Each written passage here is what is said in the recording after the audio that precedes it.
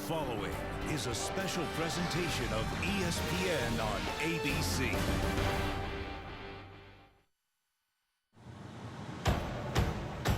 You know Norman. Open skies, planes running to the horizon, and football running through veins. This is Big 12 country, home of the Sooners. A tough place for Tennessee to be representing the SEC. Two storied programs willing to lay it on the line for conference pride. We like the big stage with bright lights. We embrace it. We definitely have our hands full, and there's a lot on the line. That's why you come here, is to play in big games. We're in a hostile environment. Anybody can win or lose on any given day. Everybody's ready to run. We want to compete, every down, every day. They're big, they're fast, and they're strong, so we're really just going to have to bring our A game. Now is the time to get it done in between the lines. Tennessee, Oklahoma in the spotlight on Saturday Night Football.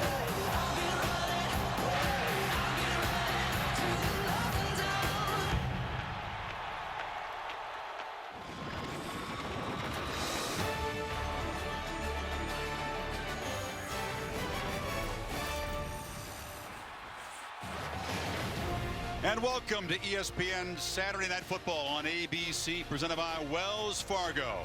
A rare treat as the Tennessee Volunteers out of the SEC visit the Oklahoma Sooner Nation in a packed and raucous Memorial Stadium on a balmy night in Norman.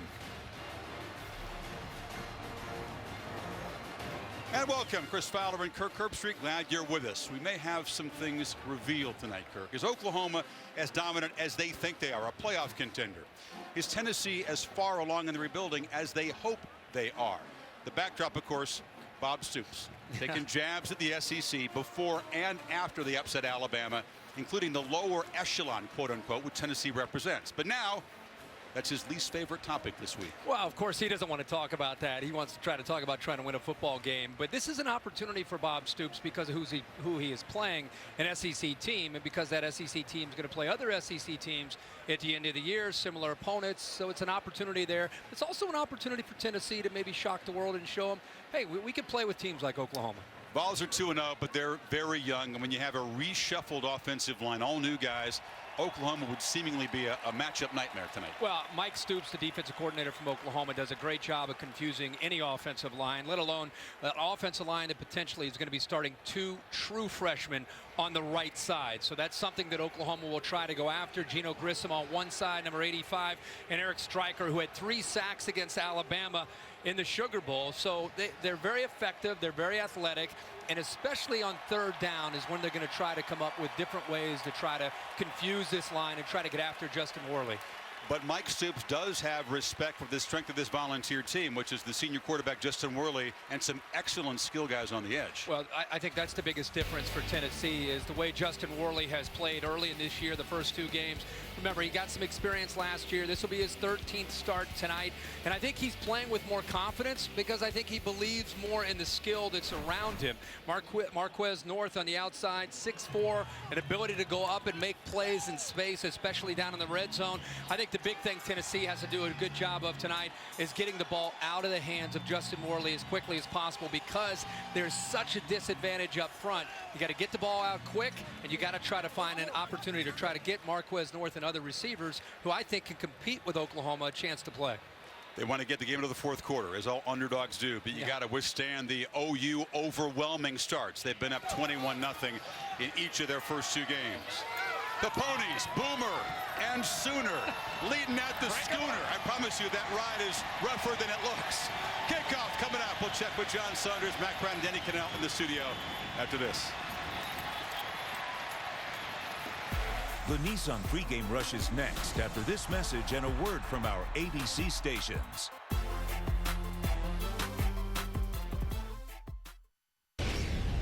John, thank you. This can be a daunting place for visitors. Oklahoma expects to dominate 88-5 in Norman under Bob Stoops, but they have been vulnerable to some big upsets in recent years, including 4 of them right here in Norman. The first meeting in almost a half-century. Tennessee and Oklahoma. This has been the Nissan pregame rush. Kickoff from Norman is coming up. But first, a look inside Nissan's Heisman House.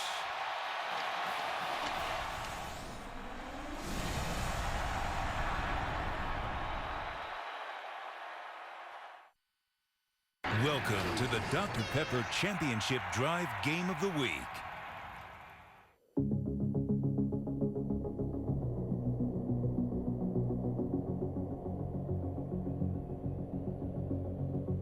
Woke up sweating from a dream with a different kind of feeling.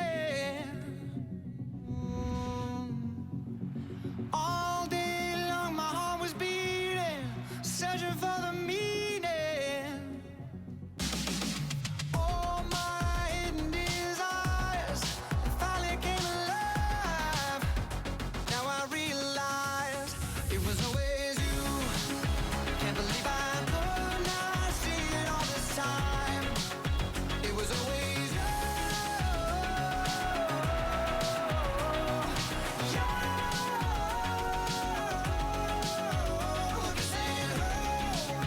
Looking back now, I know it was always you. Always you. It was always you. Memorial Stadium filled to capacity of more than 82,000 for the 61st straight game. It's the first big test of the season for the Sooners. Bob Soup's a little keyed up all week as he's in his 16th season here, and he's with Heather Cox. Heather? Chris, thanks so much. Coach, fast starts have been your calling card in the first two games, outscoring opponents 62-3 in the first half of those ones. How do you carry that momentum into tonight? Well, you know, we just execute. We got to execute, keep our poise, and play smart. And tonight, how does your team avoid the inherent dangers in facing a 3-touchdown underdog? Well, listen, all we've done is played 2 games with this team. Tennessee, I've got great respect for Coach Jones, and it's Tennessee out there, so we need to play well. Coach Stoops, thank you. Chris?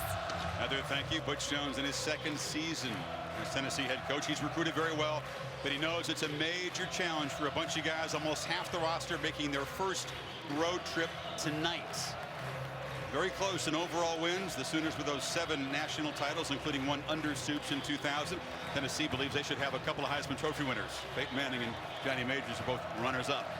A.J. Johnson, leader of Tennessee. He's trying to assure these young guys they're up to this challenge. Oklahoma won the toss, deferred, so Nick Hodgson to boot it away. Like most of his kicks, they sail deep or out of the end zone. And so we'll see this Volunteer offense and Justin Worley to work. Can he get enough protection to make plays tonight, Kirk? Well, this is going to be the thing to watch. You have 2 true freshmen starting on this offensive line, a makeshift group. They're young, they're inexperienced, they're going to be great, but they're just young at this point, going up against a very veteran group from Oklahoma. Justin Worley has a lot of confidence, a lot of moxie. He's shown a lot of presence this year in that pocket as the leader of this offense. And I think it's very important that they start fast. You heard 62-3 is the way Oklahoma's outscored their opponents in the first half. The senior Marlon Lane to the right of Worley. And right away they hand it off on the edge, trying to get Oklahoma stretched. And Alton Pig Howard is going to be swarmed and dropped for a loss. A negative play for the Volunteers to start things, and the crowd is into it already. Well, this is a great job of containing this Tennessee offense.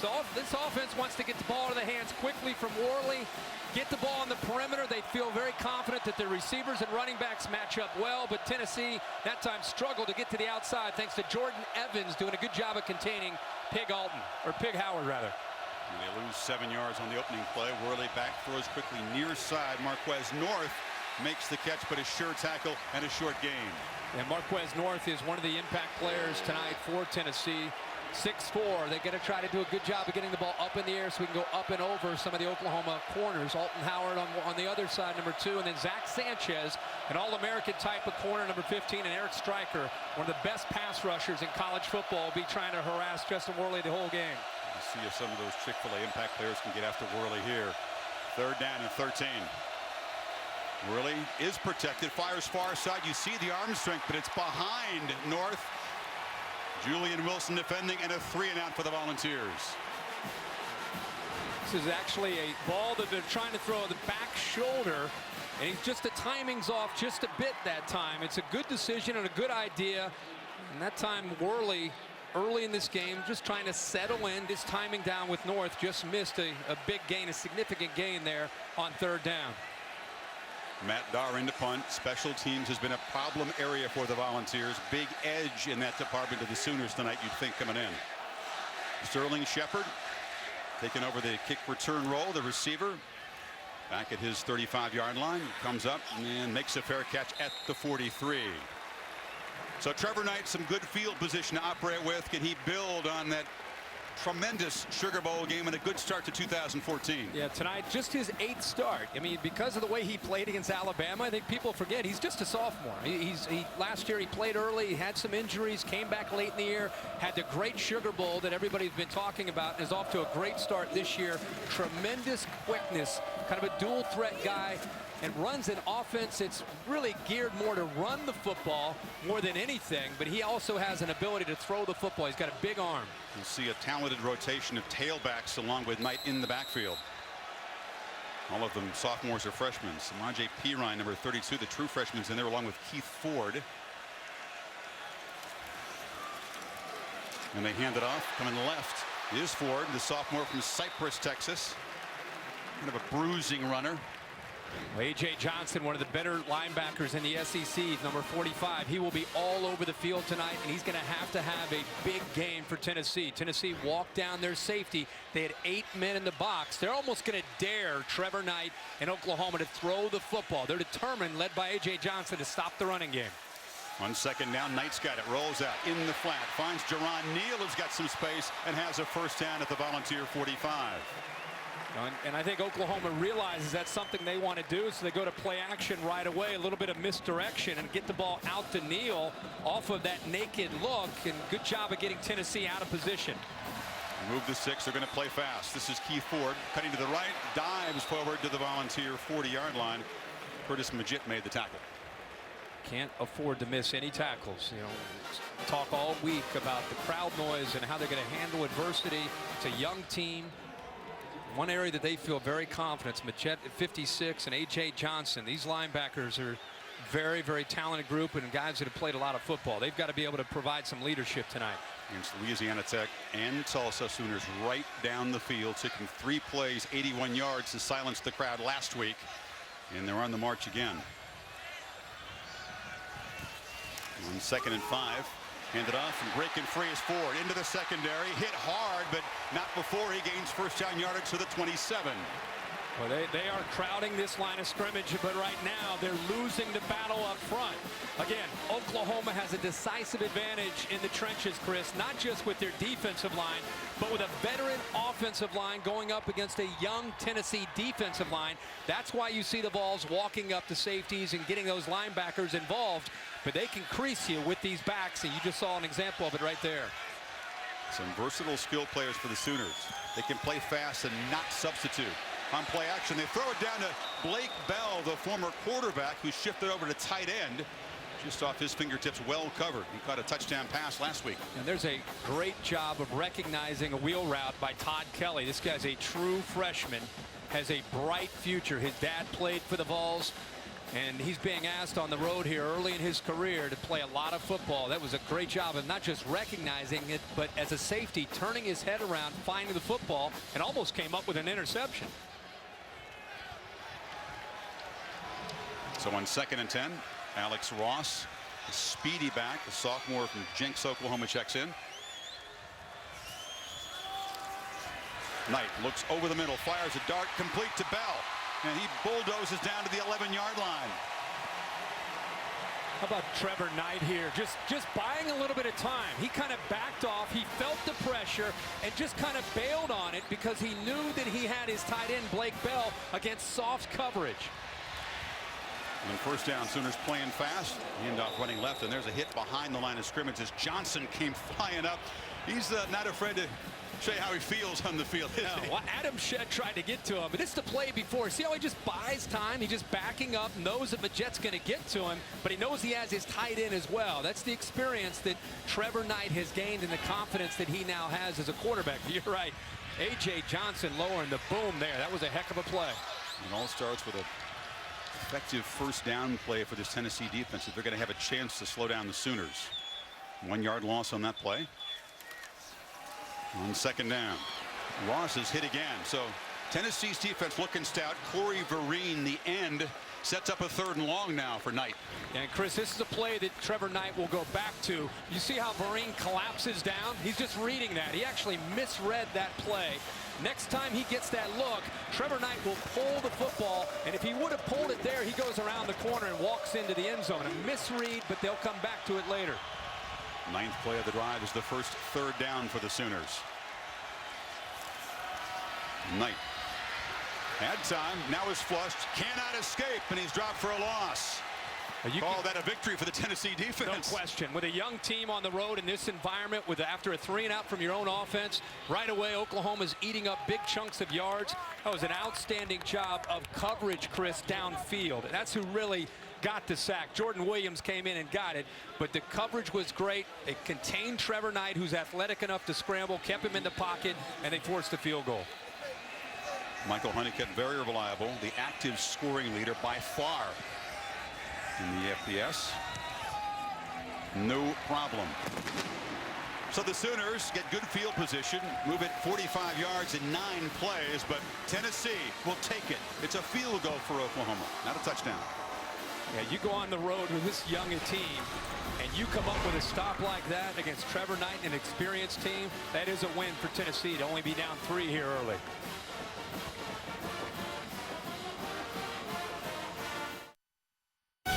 ESPN is your home of the new college football playoff.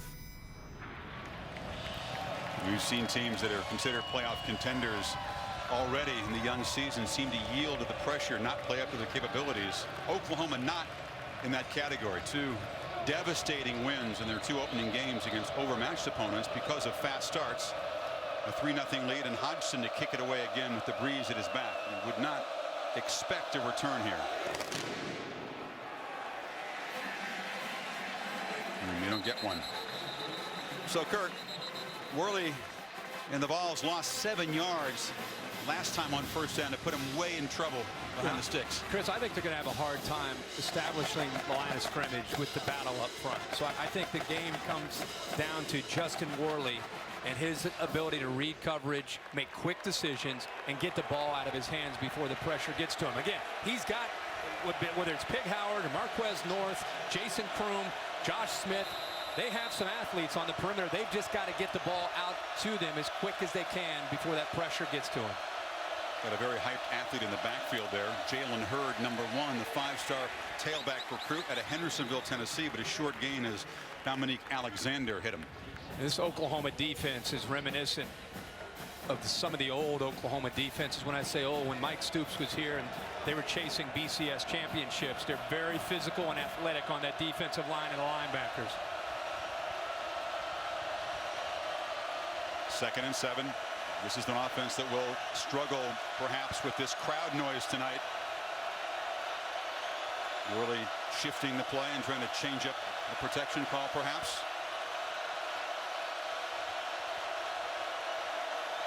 And it's Devin Young to go in motion. Flush out, throws on the run, a nice completion up near midfield.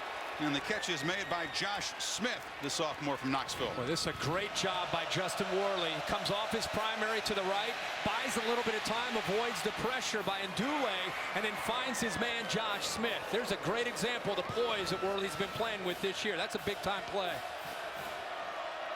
All the volunteer receivers need to step up. Von Pearson, junior college player, out with an ankle injury. Worley pressure, throws on first down, incomplete. He was hammered very quickly just after he got the ball away by Gino Grissom.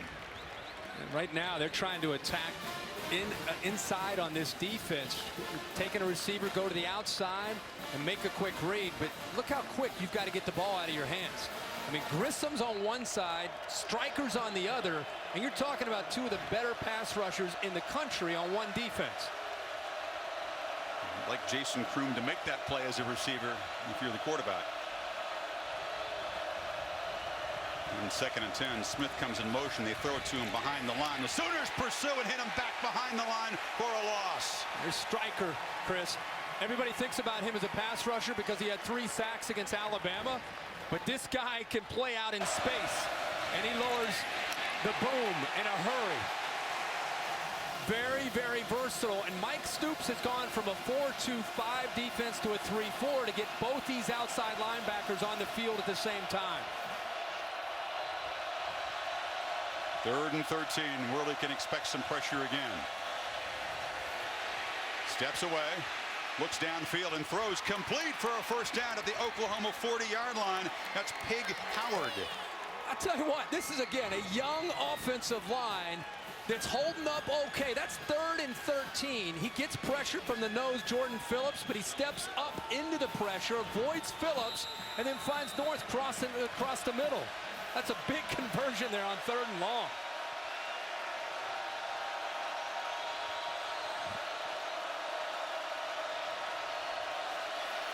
You fake it to Hurd. Hit from the blind side. Ball comes loose. And the Volunteers scrapping for it, but it's Oklahoma ball. Quentin Hayes made the recovery. Worley never saw it coming.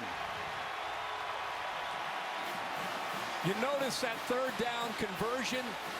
Oklahoma did not blitz. This time, right after the conversion, they bring the blitz from the blind side with a young offensive line. Nobody picks up the safety, Quentin Hayes, and Justin Worley did not recognize it. Sometimes with tempo, Chris, it's hard to be able to recognize the coverage and the pressure you might face. Worley never even saw Hayes coming. He disguised it, waited to the very last second, and blindsided Justin Worley for the big turnover. Hayes, the senior leader of that secondary, forces and recovers the fumble, and again, good field position for Oklahoma at the 46. You fake it to Ross. Knight now pressured. Shows the escapability and just throws it away on the sidelines. Here's the Chick-fil-A impact players for the Sooners. Well, Keith Ford leads the committee of backs. You'll see all 3 of them. But Ford, I think, at this point is the man up front. Sterling Shepard is outstanding. By far the best receiver for the Sooners. They'll look to try to get him the football. We've talked a lot already about A.J. Johnson and his leadership, and Cam Sutton, number 23. These corners are going to be on an island a lot tonight, playing man-to-man. They've got to be able to hold up against not just Shepard, but the rest of the OU receivers. You're exactly right, Kirk. You see it right now at the top of your screen. On 2nd and 10. Knight keeps it. He's quick, as you said, Kirk, but he couldn't get away from Derek Barnett, one of the many true freshmen playing on this Volunteer defense. Yeah, true freshman making a start in this environment. He's out of Brentwood Academy in Nashville. How about the recognition? He's on a stunt. He went from the outside to the inside, but if he doesn't make that play, Trevor Knight picks up a first down and probably some more yards. Volunteer front 7 stepping up so far. Sooners need 11 on 3rd down. Fire to strike, complete. K.J. Young, the freshman. Knight got hit hard after the completion. Yeah, they're going to go tempo here. We're going to show you real quick. Watch the pressure and watch the toughness of Trevor Knight. He knows what's coming. It's the 2nd time we've seen him hang on to that football to the last moment before Williams gets to him and he gets the first down. Now they fake it to Ross. Knight rolls, fires back across the middle, and a nice catch and a high dart is made there by Shepard, his go-to receiver. Tight coverage from Cam Sutton, but an accurate throw. And he came to the backside because his coverage was so good on the play side. He had to look back, and of course that's his favorite target. Anytime he gets into trouble, he's usually looking to Sterling Shepard. Here goes the hyperspeed attack. Neal is dropped behind the line by Michael Williams. If you're not familiar with Oklahoma, part of the reason they go tempo is because it gets them into rhythm. But like many offenses in college football, they want to wear down this Tennessee defense. They're pretty thin on the defensive line. They want to wear that defensive line out and be able to run and throw the ball. But that's why they're going tempo tonight. You can see the success they had against Louisiana Tech and also last week in their game against Tulsa.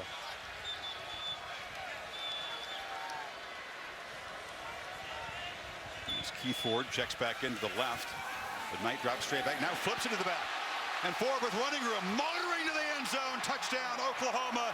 They cash in the turnover for a quick 6.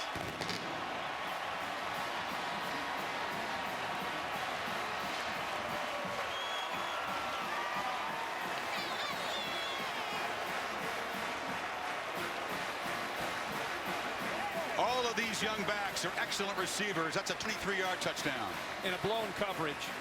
Tennessee looked confused from the formation from the outset of that play. They brought pressure, and Trevor Knight recognized the pressure. There was nobody there after the blitz to pick up Keith Ford, and he just walks into the end zone. Took him less than 2 minutes to turn the fumble recovery by Quentin Hayes into a touchdown.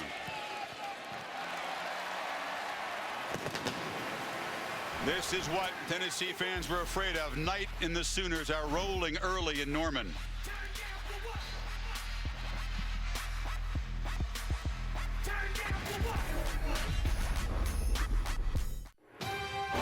Saturday Night Football, presented by Wells Fargo. On your phone, online, on the go.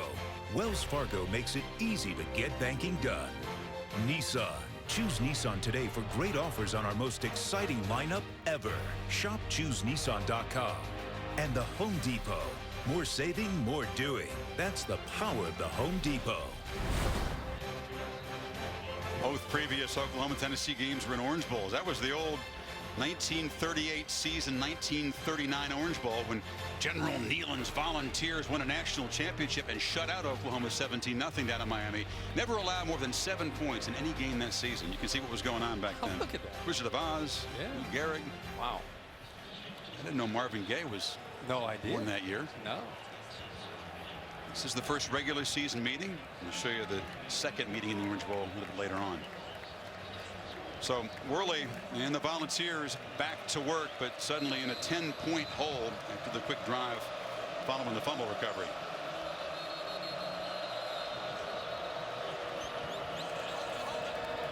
It can be an overwhelming place to play, even for experienced teams, much less a really young team like Tennessee.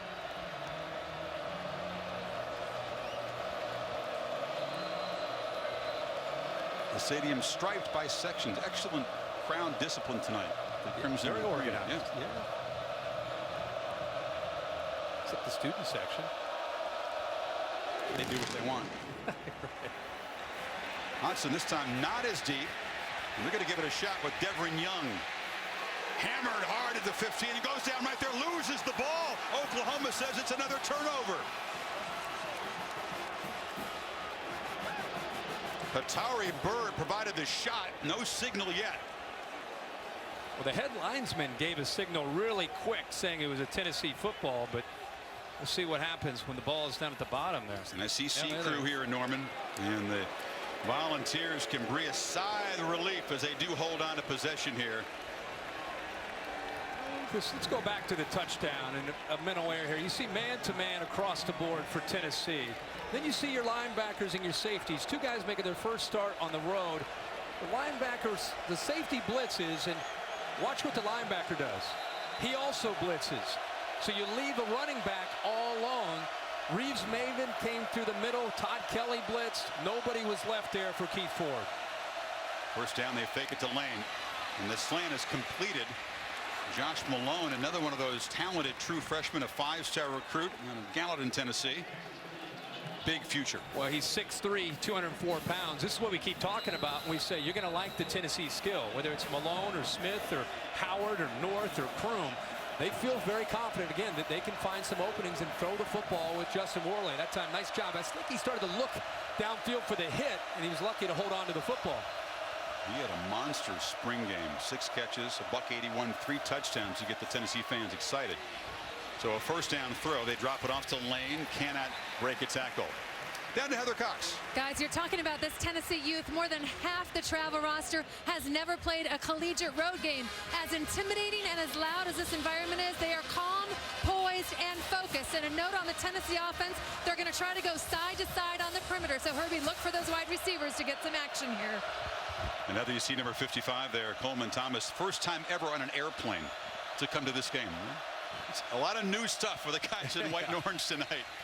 There's a second down handoff and a short gain by Lane. It'll set up third down.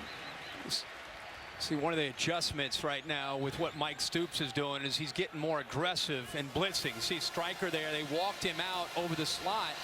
And then as the ball snapped, they're bringing him. You're also seeing Quentin Hayes, number 10, the safety, They're bringing him quite a bit for Mike Stoops from the blind side of Justin Worley. That's an adjustment right away with that young line. Get aggressive, try to bring pressure. Empty backfield on 3rd and 5. Sooners showing pressure off the edge and then back out. Rush only 3, but still get to Worley. And Dulaway made the sack. And Tennessee's going to punt again. That's Coleman Thomas, a true freshman, the right tackle, matched up against a man. Just a war daddy, and Ndule, a senior at 6'3", 290 pounds. That's a tough matchup.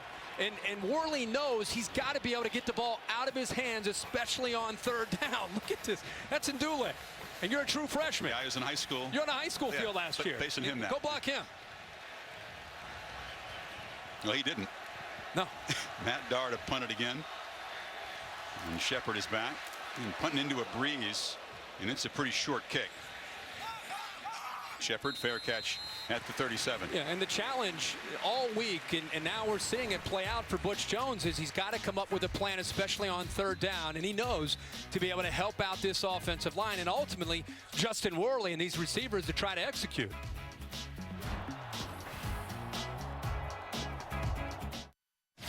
Chris Cotter in Bristol with this Taco Bell studio update. USC at Boston College over on ESPN. Cody Kessler finds one of his many talented wideouts. George Farmer from 8 yards out. Trojans up early, 10-0. Back to Chris and Kirk. All right, Chris, thank you. USC on upset alert after the win over Stanford. Their next game is the conference home game against Oregon State.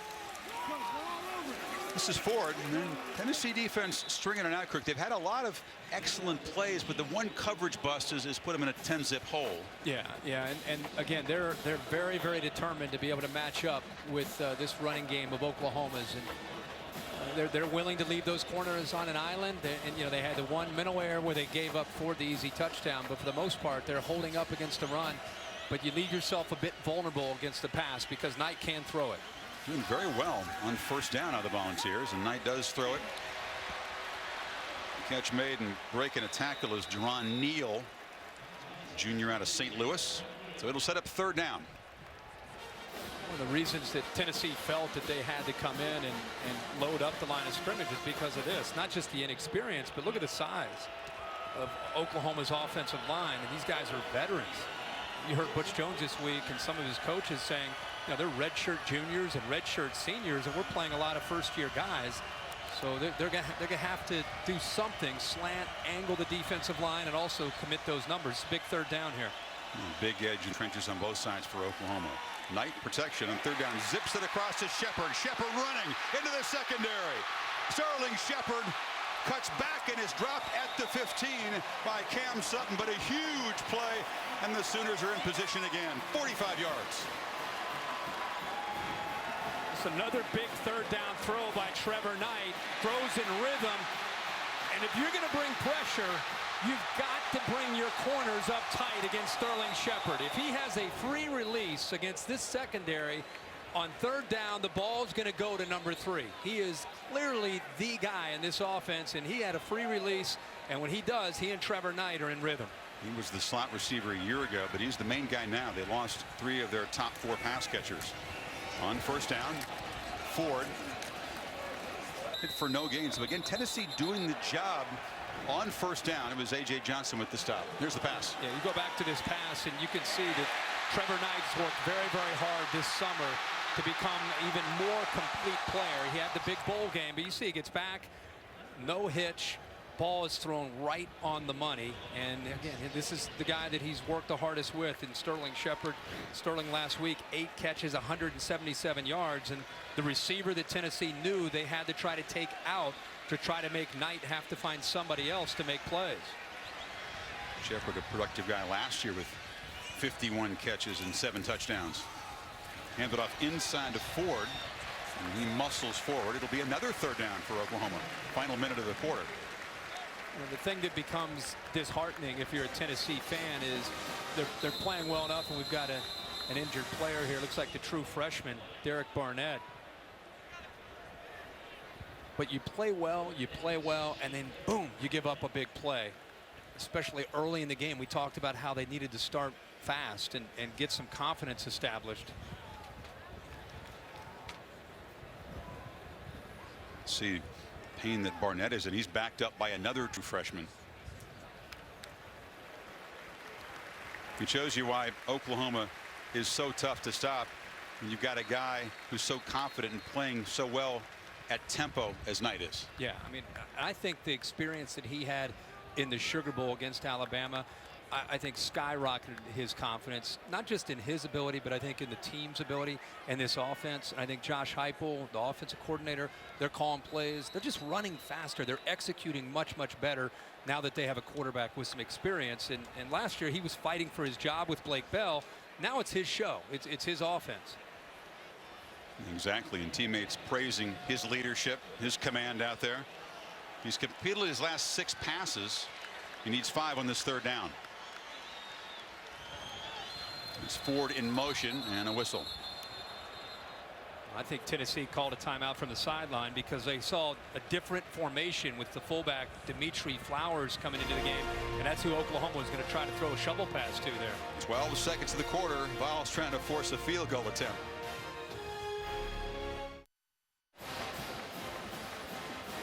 This Volunteer defense just trying to hang around, see if they can get a stop on 3rd down and force a field goal attempt. See what they adjusted after the timeout call. See if they decide to try to affect Trevor Knight with some pressure. Good news is that Derek Barnett, the freshman defensive end who was down, is back in the game. Alex Ross in motion. Knight takes a peek to the left. Throws to the end zone. It's incomplete. Overthrown. Again, tight coverage. Jalen Reeves-Maben, the linebacker, was right there, and here comes a field goal attempt. And remember, Jalen Reeves-Maben was the linebacker who blitzed on the play where there was a busted coverage when Todd Kelly came off the edge. That time they try to sneak the wheel route again with a running back, but this time Reeves-Maben is all over it. Honeycutt's trying to track down the career scoring record at Oklahoma, held by DeMarco Murray. His career only is 66 of 76. Chip shot from 27. So Oklahoma twice held to field goals in this first quarter after long drives. Not quite as dominant as the starts in the first 2 games, but a 13-0 lead and a defense that has given the Volunteers offensive line lots of trouble. Your NFL Sunday should start at ESPN 10 Eastern. Sunday NFL Countdown presented by Snickers. Chris Berman and the gang with all the latest news and updates right up until kickoff. And before you set your fantasy lineups, our experts provide the latest news and injury reports. Fantasy Football Now, delivered by Papa John's, ESPN2 at 11 a.m. Also on the Watch ESPN app. So the one promising drive, Kirk, that Tennessee mounted in the first quarter ended with that blitz and that fumble by the quarterback. Well, they are, as predicted, struggling to establish the line of scrimmage. I mean, they're at -9 right now in rushing yards, and it's going to be a rough night running the football. So when you become one-dimensional, you become obviously more predictable, and it allows the defense to attack you in a very aggressive manner. And I think that's the challenge for him tonight, is how do you stay multiple when all you're going to have a chance to do really is throw the football. And talk about why Oklahoma is so difficult to defend, why they create these one-on-one matchups that make it tough to help out on those talented edge pass rushers. Busy quarter for Nick Hodgson. It's a lower kick taken in the end zone by Devin Young. And he goes forward to the 20. Here comes a flag in the final play of the quarter. First flag by this SEC crew. Matt Moore is the referee. The player down on kickoff coverage is Derek Woods, the redshirt sophomore wide receiver. He's being attended to. Appears to be grasping his leg.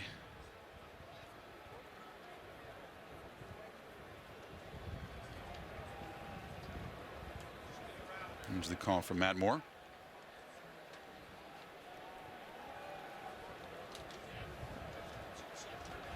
During the return, personal foul, tripping, number 13 of the receiving team, half the distance to the goal, we will have an untimed down. So Devon Swafford guilty of the penalty. It'll be an untimed down to do it again.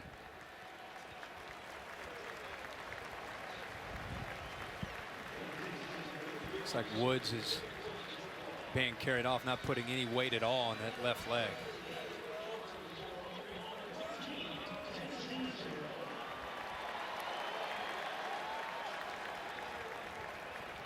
So Tennessee gets an offensive snap from their 10-yard line, and this will be the final play of the first quarter.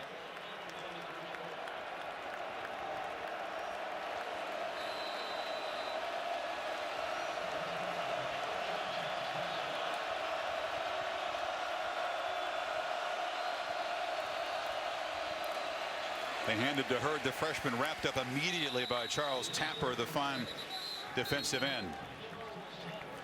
So 13-0 Oklahoma. End of the first quarter here in Norman. Back after this message and a word from your local ABC station.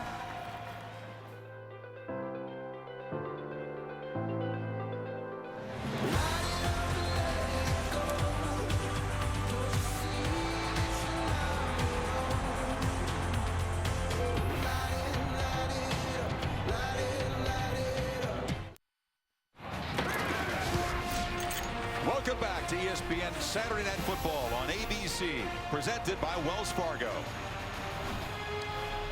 Volunteers begin the second quarter with a 2nd and 7 play. Handed off inside to Hurd.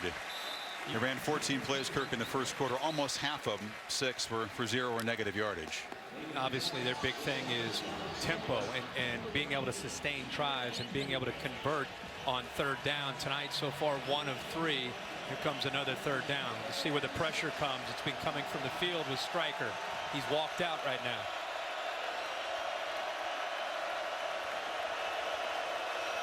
Sooners rush only 3. Willie finds nobody open until fires late over the middle. Oh, and a jump ball. They were knocking into each other. Julian Wilson deflected it. Quentin Hayes was in the neighborhood, but it was crowded. And they only rushed 3 that time. You know, that's the thing. That's the versatility of OU's attack. They show Grissom, and then he drops at the end. They still get pressure. They still move Justin Worley, but you've got 8 guys in coverage. Makes it really hard to try to squeeze one in here on third down. Really good job by Julian Wilson getting his right arm around North to knock that ball up into the air, and they almost got the pick. Another punt from Dar. Shepard could give the Sooners excellent field position here. Dar with the breeze at his back. And Shepard makes a fair catch near midfield. And Trevor Knight and Oklahoma go back to work. Up by 13.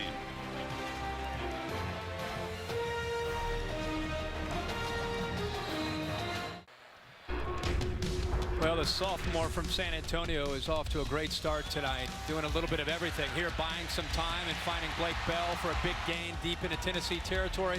Here in rhythm with Sterling Shepard for a big game for the Sooners. And then the recognition. Saw the Tennessee busted a coverage, finds the running back Keith Ford out of the backfield for the touchdown for Oklahoma. Once again, great field position for the Sooners, who've averaged their own 43. Samaje Perine, the tough, physical, true freshman runner with a nice gain on first down. Reeves Maben stopped him. This is the other concern for Tennessee, is this committee of backs with Keith Ford, Alex Ross, and now Perine. Perine comes in as the third guy. He's 245 pounds of pure muscle. You and I were on the field before the game, and Cale Gundy came over to us and said, hey. You see my true freshman running back? My gosh. He's been in the weight room. Doesn't look like a true freshman. No doubt. He got 8 yards on first down, and now a false start on the left side.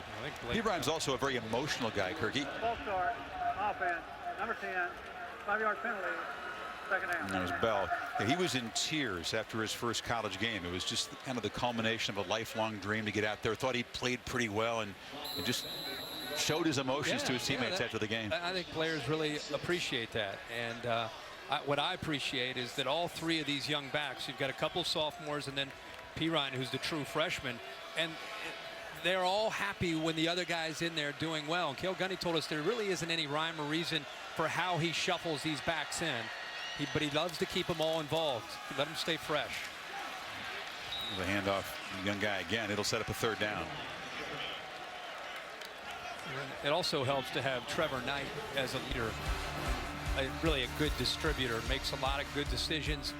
We've seen that on display already. I think the confidence that he gained in that Sugar Bowl performance where he was the MVP and ended up putting up those huge numbers just skyrocketed his confidence and understanding of what he's capable of doing within this offense. Haven't seen him run the ball yet tonight, and that's a big part of the skill set. He gained 445 yards as a runner last year. Light across the middle, it's broken up. So Tennessee able to get off the field quickly. Cam Sutton made a nice play, and then will force an Oklahoma punt. And they motion the back out to open up the middle. I thought you might see quarterback draw, but instead it's Deron Neal coming through the middle of that defense, but great coverage by Cam Sutton. He's got good size at about 6'1", 190 pounds. We talked about him being an impact player because he's going to be out on an island. About third down coming up with a swat there to keep that ball away from Neal. He now drops back as a punt returner. Jed Barnett, the senior, second year punting for the Sooners, to kick it away. Gets it up into the breeze, and it's a pretty short kick. Sutton takes it at the 20-yard line. So Tennessee's defense doing its best to keep the Volunteers close. Still down 13.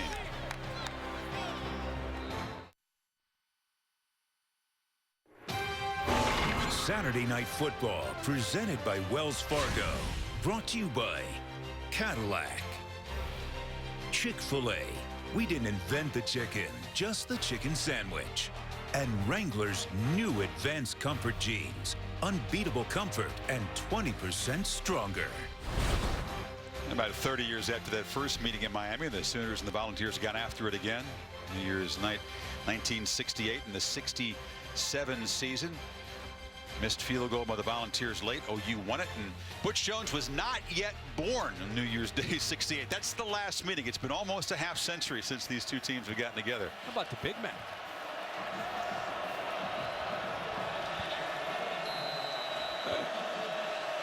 Well, can the Tennessee offense do something? Give that defense some well-earned rest. And you fake the handoff on the first down. Worley has some time. Takes his first shot downfield, overthrew North. I just like the call on 1st and 10. I mean, now you're facing 2nd and 10, obviously. But I like the idea of taking a shot. And why not take it downfield with Marquez North, 6'4", has a chance to get behind Julian Wilson. They're pushing and shoving a little bit, but I don't mind it because it stretches the defense, lets them know that you're not afraid to take a shot, and also good protection there on 1st and 10. They get near the red zone. North is a terrific weapon. 6'4", long arms, huge hands, goes up and gets the ball. But Worley's pressured again and dropped for a third time tonight. Eric Stryker in the neighborhood. Chris, how Stryker, this is what you asked me, what makes it so tough? It's because of the way they bring guys late. Look, Stryker was walked out here, and then he comes down here right before the ball is snapped. And there's that true freshman out on an island there. Coleman Thomas trying to block one of the best pass rushers, the quickest pass rushers in the country. Alabama couldn't do it in the Sugar Bowl. And we got a true freshman out there trying to block it. Romar with the sack, and here comes the pressure again, and down goes Worley. Charles Tapper dropped, and there is a flag down on the far side. And that OU defensive line starting to feel itself now. And check the penalty.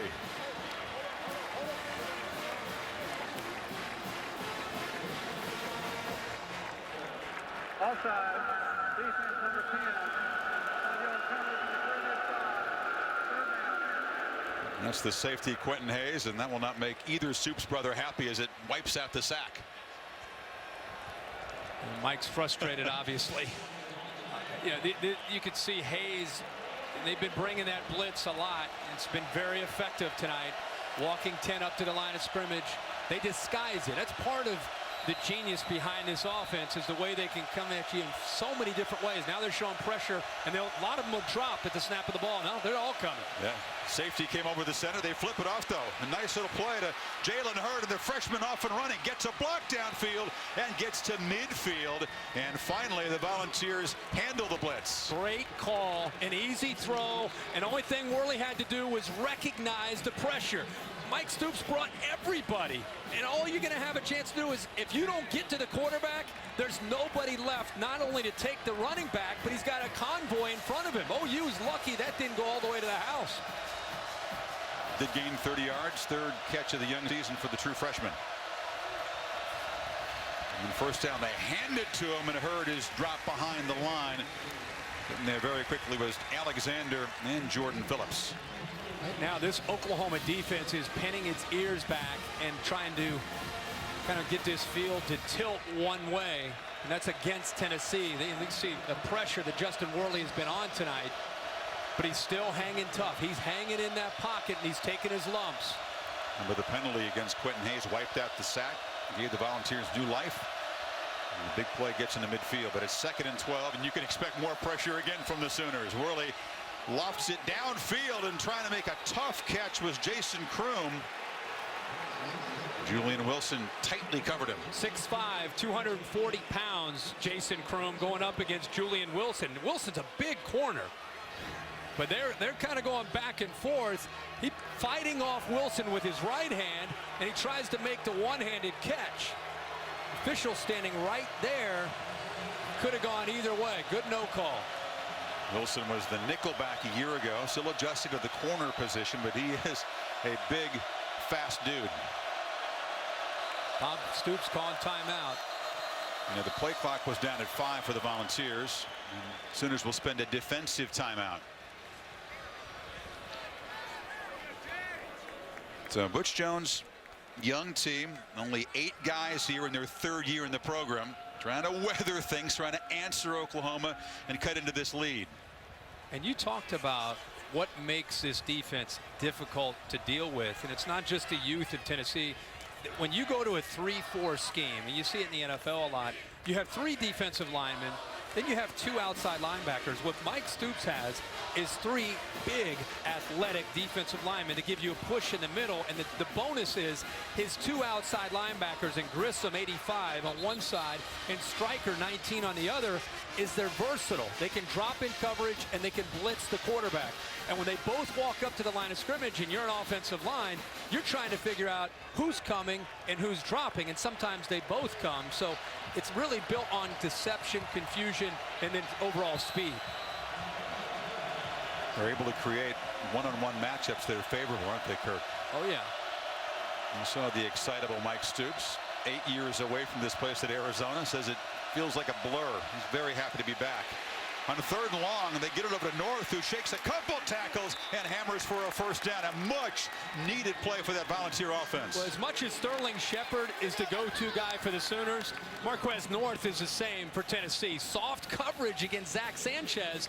He feels that he can give him that cushion because the distance that they had to go for the first down, but a good quick throw that time by Worley, and North shows you what he can do with the ball in his hands after the catch. Sanchez, the playmaker in that secondary, with a missed tackle. That'll make him mad. You know, the catch is made by Josh Smith, but it's a loss. We just talked about how Grissom is versatile, 85. You know, you think of him at 265 pounds, he's going to rush the quarterback. Look at him outside.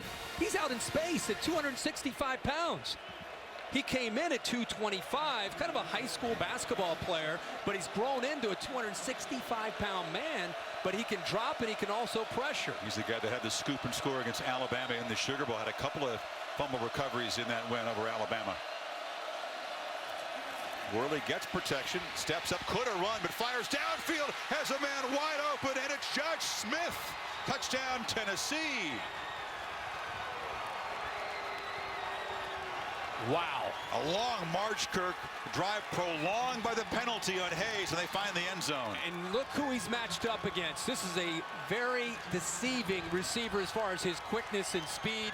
And he's a veteran. Josh Smith understands coverage. He's matched up against a safety and Ahmad Thomas, who's a sophomore.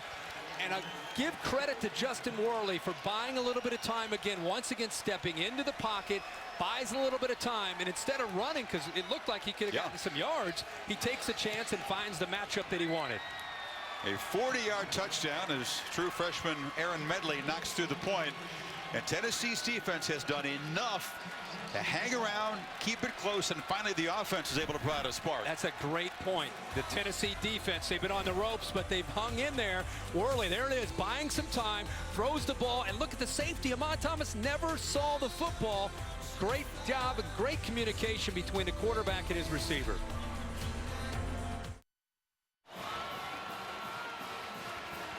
Suddenly the Volunteers very much back in it, 13-7 as we continue Dr. Pepper's championship drive game of the week.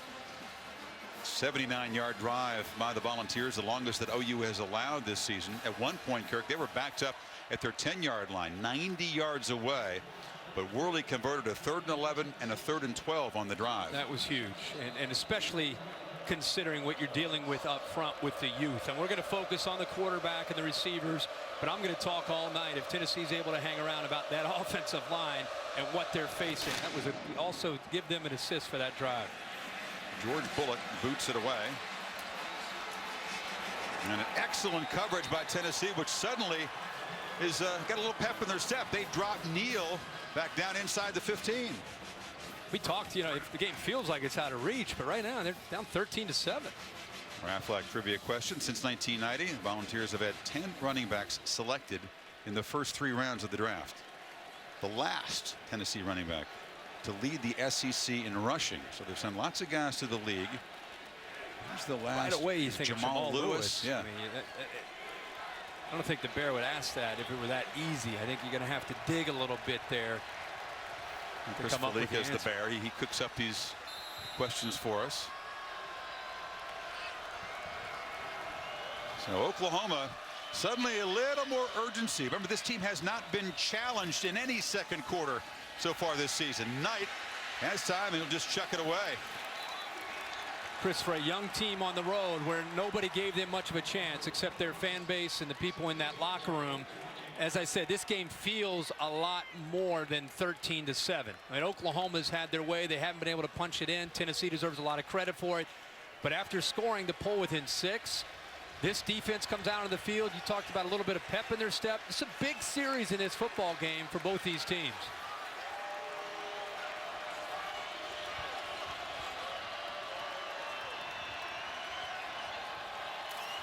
And 2nd down. Give it ahead to Alex Ross, and once again excellent penetration. They drop him for a loss. Corey Vereen got in there, and now it's 3rd and long. And we talked about when you're undersized as a defense, you got to slant and angle. And this Tennessee defense, they're moving bodies and they're attacking downhill at the line of scrimmage. Watch the defensive line. See how they're moving? And it's a bit of a risk because if you slant or angle the wrong way, you create a crease. That time they guessed right. Sooners only 2 of 5 on 3rd down. Most of them have been 3rd and long.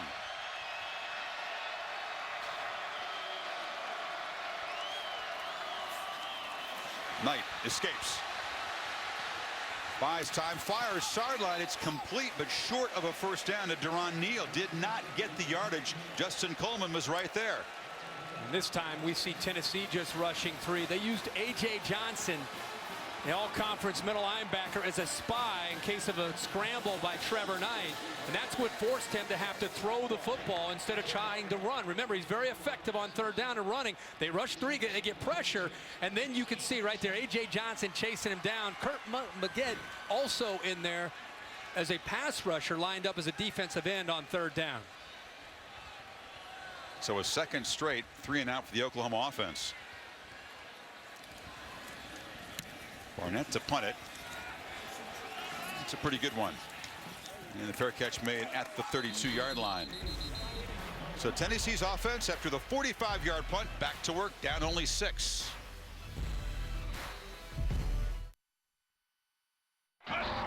Chris Cotter in studio. Wells Fargo getting it done.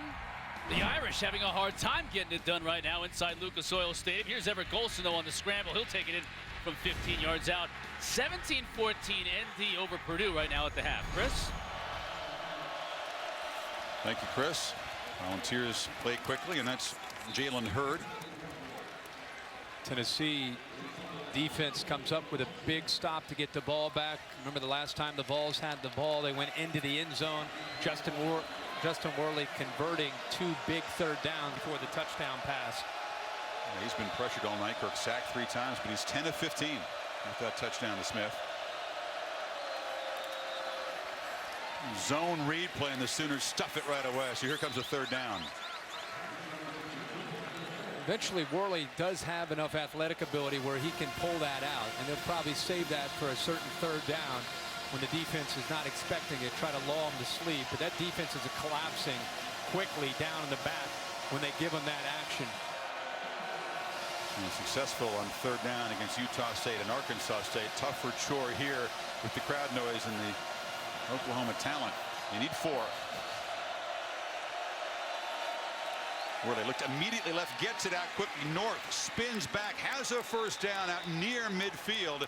Wilson stopped him. It's amazing to me the soft coverage. Wilson's bailing on 3rd and short, and you're dealing with an offense that doesn't have time. They're not going to protect the quarterback because it's a struggle for him. So if anything, you would think the corners would be uptight trying to make these wide receivers have to work to get open to try to disrupt the timing. But an easy release and an easy throw there on third down. Josh Malone, the tall freshman, not north on the first down catch.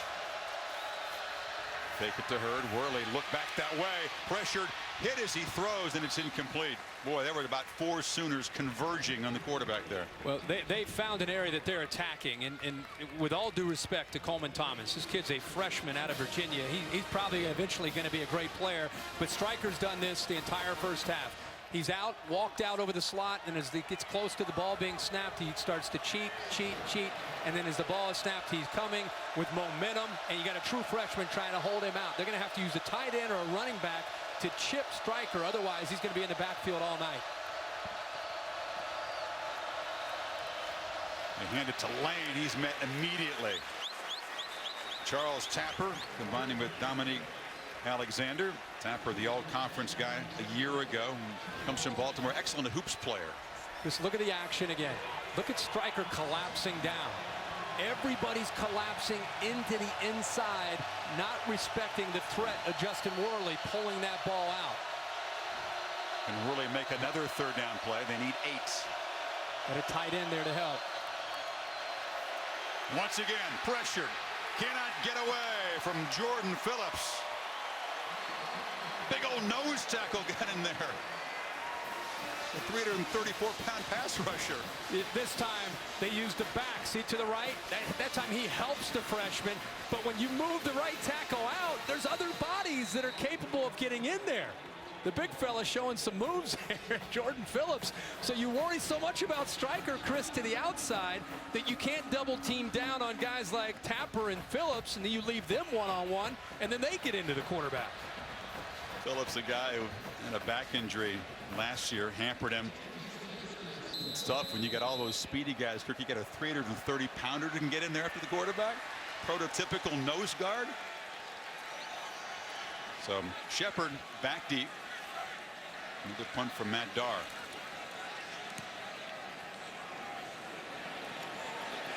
Shepard this time again calls fair catch. His mom Sherry doesn't like the fact that he returns punts and kickoffs. It makes her very nervous, and maybe that's in his head. She might be giving him a sign from up in the stands. Another fair catch. Mom, let him run with one. Aflac trivia question. The last Tennessee back to lead the SEC in rushing. We thought that Jamal Lewis was too obvious. Is Travis Stevens?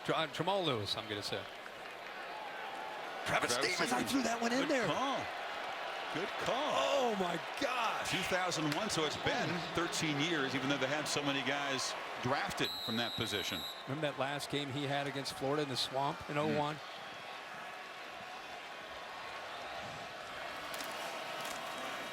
They fake it. They take a shot downfield, looping it for Shepard, who makes a catch out near midfield. Excellent throw from Trevor Knight. He beat Cam Sutton. Off of the play action look. The corners, remember, they got to hold up on an island. Here's 2 of the best. Cam Sutton for Tennessee and Sterling Shepard. He's been given a fair catch on the punts. This time he gets one-on-one, and he gets around Sutton in a hurry, and you can see the acceleration once he gets by him. 32 yards. Yeah, Mom's got no problem as a receiver. She doesn't want him returning those punts and kicks. Sooners give it to Ford and use a short gain. Again, Oklahoma not getting anywhere near the production on first down they expected. And I love the Tennessee mentality of realizing we're gonna live on the edge this game. We have to live on the edge with our slants, our angling, our blitzing of the linebackers, our corners out on an island. And so far, you know, we're 4:30 to go in the first half. They're holding up. They're giving up some plays, but they're holding up. Shepard with 90 yards in his 3 receptions. 2nd and 9. They motion Ford, and it's a screen. They throw back underneath. And this is Perine, the big freshman physical back. They try to rip the ball away, but he takes it to the 35. Again, he's just a freshman, folks. They motion out a back, which gets A.J. Johnson. Watch him run with Keith Ford. Now all of a sudden they think, oh, it's going to go out to the left, and it sets up perfectly to go out to the right. Anytime you can get A.J. Johnson out of the middle of that defense, and now you go back to the right, it's a weakness for Tennessee's defense and a great area to attack by Josh Heupel. Play action on first down. Knight. And just throw it away into traffic on the sideline. Corey Vereen has been active tonight. He was once again pressuring the quarterback. Well, the man that he wanted to go to actually fell down. Sterling Shepard lost his footing, and he didn't have anybody left to get the ball to. And there again, one-on-one. Tries to get around Sutton and just loses his footing. Everybody else is covered. There's nothing that Trevor Knight could do with a football. Volunteers knew they needed to have Vereen win some one-on-one battles tonight if they were going to get after Knight, and he's done a pretty good job. Keith Ford flares out of the backfield. They throw it back to Shepard. Shepard weaving through traffic, jumps over a tackler. 26-yard line, just short of the first out. The flag is down on the near side.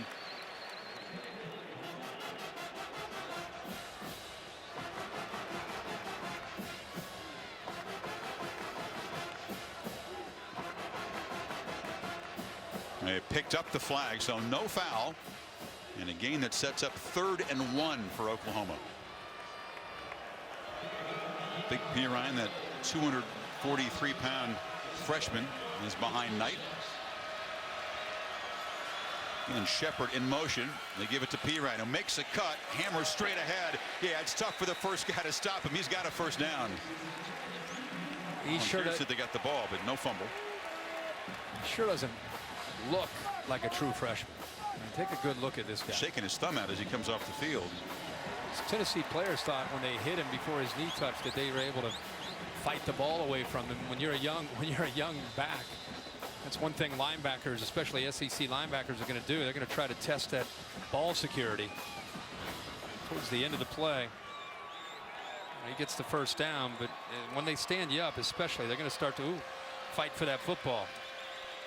Is his knee down? He was kind of squeezing it with his arm there. It was a false start. False start. 77 offense. 5-yard penalty. First down. Deontay Savage, the backup guard, flagged. It's Oklahoma, after giving up the touchdown, trying to answer here before halftime. 2:37 to play. Mentioned Savage in the game. You throw he and Tyler Evans, another backup guard. He's in the game as well. I think that's the big thing for Oklahoma. Can they stay healthy on the offensive line, an area that's been depleted over the years? Coach Jones wants an explanation from Matt Moore, this SEC crew. They may want to look at that play again. Did Perine fumble the ball? Could they tell whether or not his knee was down? You can see the Volunteers ripping at the ball. Begins to come loose there. He's got it wedged in his arm against his body, but it's not secure with the arm, and you can see Sutton diving in there.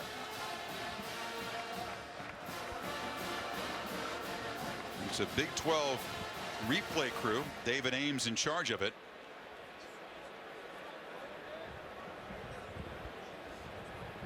It would be enough to overturn the call of no fumble. The ball beginning to come loose, but he's got it pinned against his body. The ball looks like it starts to come out. You know, if they called forward progress, then they wouldn't be able to review it. Let's check in Bill LeMonnier, longtime Big Ten official, to see what the replay officials are specifically looking at here. They're going to look to see if the knee is down, control of the football. It appears the ball is loose. Now what they're going to determine is, before 23 comes in, did he pull the ball away? So I'm not sure we have indisputable video evidence. Well, but show us when is it a fumble? When has he lost possession of the ball? He's lost the ball right now. Oh, he does not have control of the football. So if you're looking at this, that ball's out in your mind, right? I don't know right there when 23 comes over his back whether whether the runner regained it. It appears not.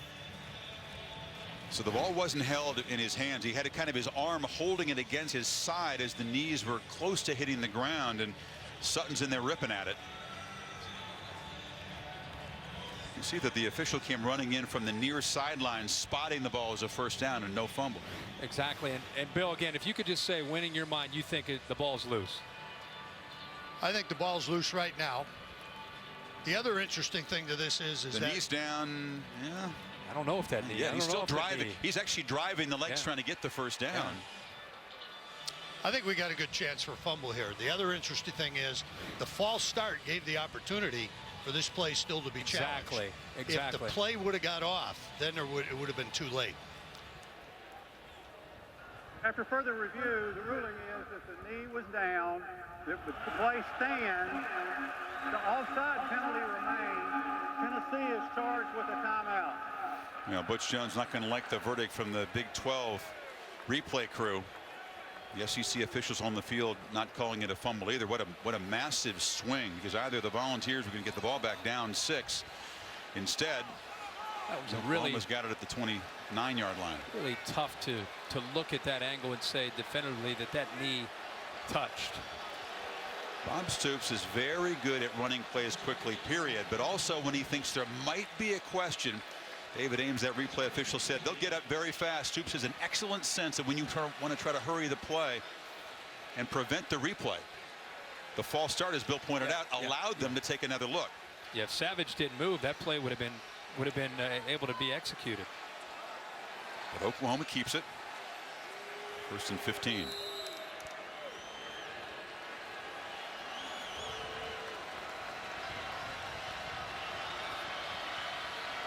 Volunteers walk up some pressure. They fake it. Quarterback keeps it. First run of the night for Trevor Knight, and he shows the quickness down inside the 20. He knew it was coming. We saw it early a couple times where he's given that play. It's a zone read. They're collapsing down, and Trevor Knight has some quicks. Now he'll get out to the edge, pick up some big yards, and after the mistake with the procedure call, he gets around the corner and gives him a good chance here on 2nd down. He averages 9.1 a carry on those zone read keepers. Yep. You got about that amount there. So 2nd and 6.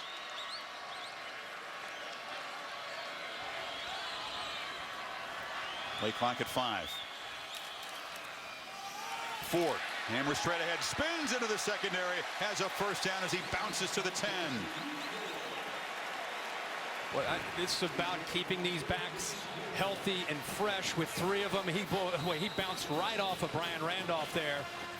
And I don't know, Chris, all 3 of these backs they've got a bright future, but Keith Ford looks like an Oklahoma back.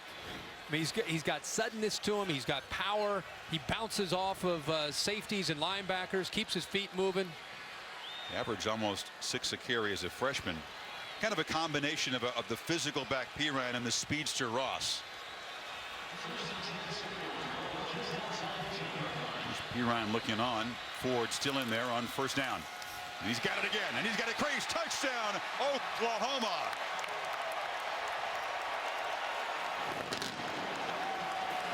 So the Sooners win the verdict from the replay crew. Turn it to a touchdown and stretch the lead as halftime approaches.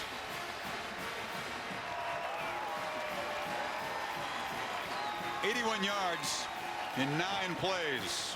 And Ford with his 2nd touchdown tonight. 1 catching and 1 running.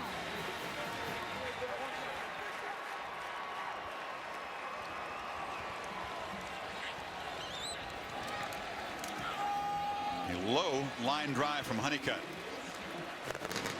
Well, The offensive line does a really good job of getting up to the linebackers. Another zone read, and when the quarterback runs the ball to the edge, it gets the defense's attention and makes the blocking angles a little bit easier. You see Williams climbing to that second level. Nice job by the offensive line of fitting just perfectly there, and the vision, the cutback. That hole's designed to go to the right, but he saw the grass was to the backside, and he does a good job with his vision and awareness to cut that back.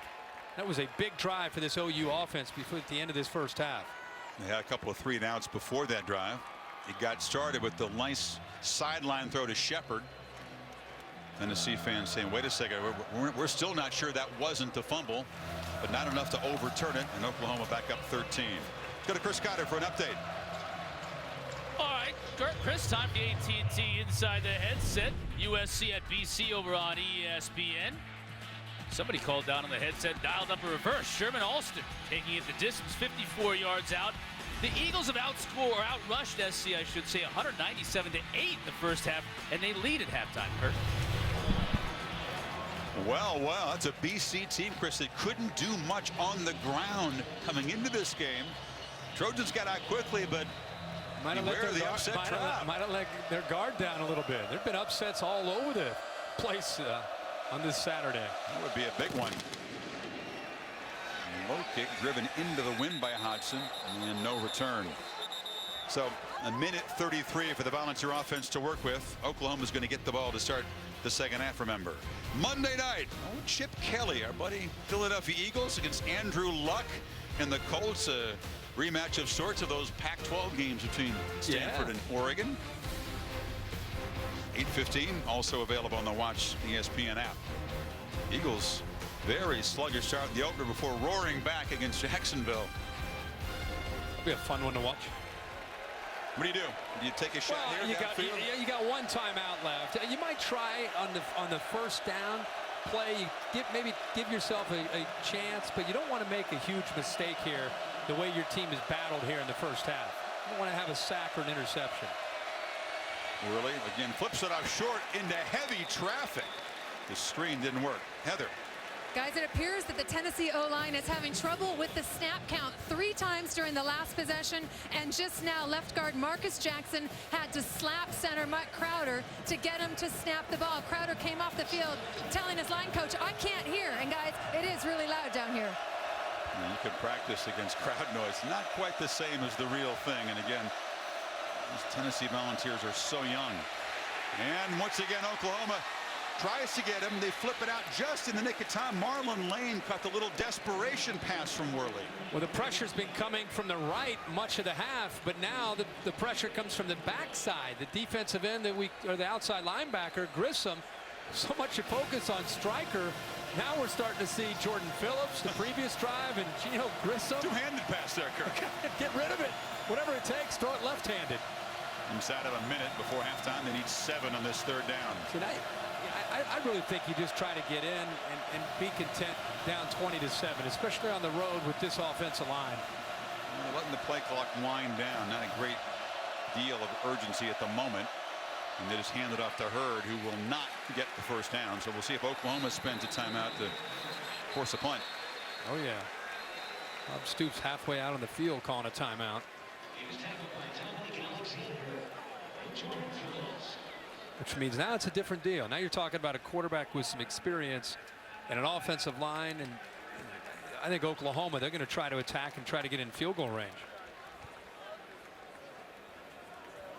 Take a look at the AP Top 10 brought to you by Northwestern Mutual.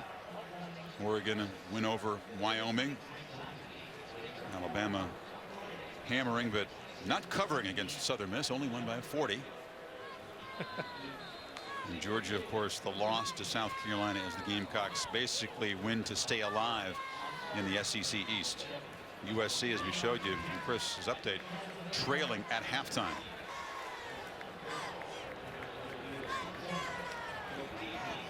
So Sterling Shepard, see if he decides not to fair catch and create some good field position, give his offense something to work with 37 seconds before halftime.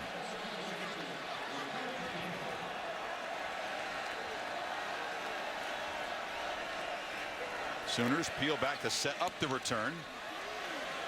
And Shepard this time will take it.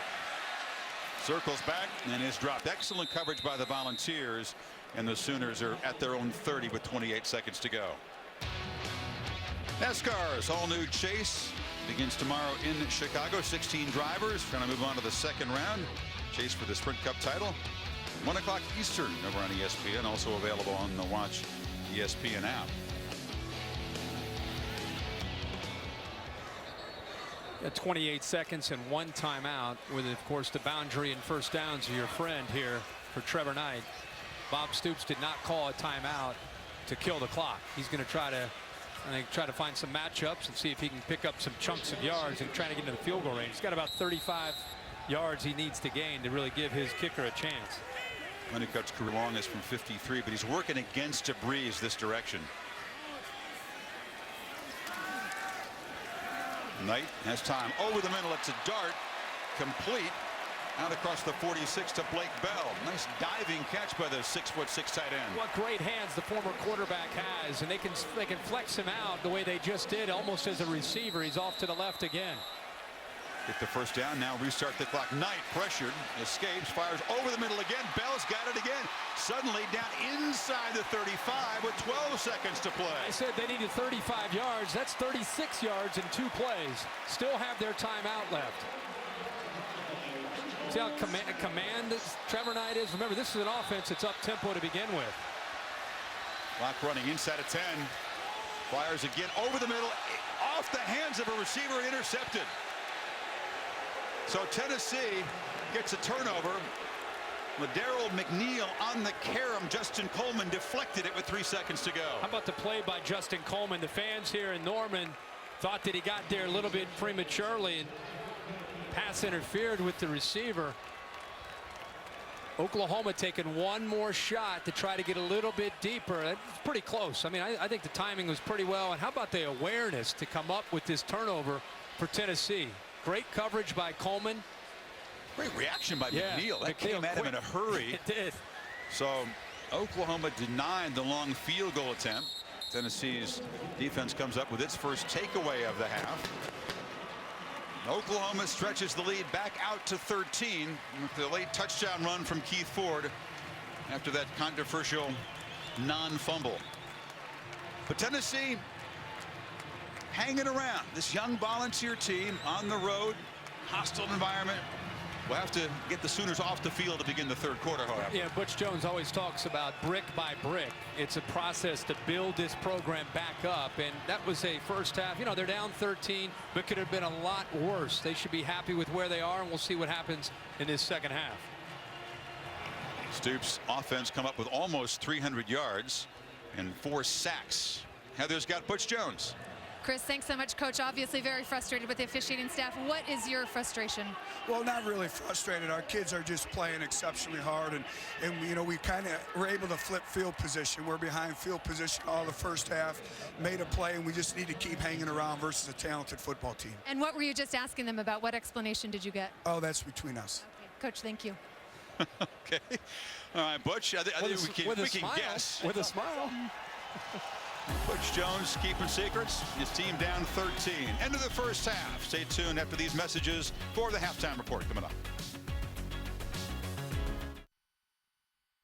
Welcome back to the Dr. Pepper Championship Drive Game of the Week. Welcome back to ESPN Saturday Night Football on ABC, presented by Wells Fargo.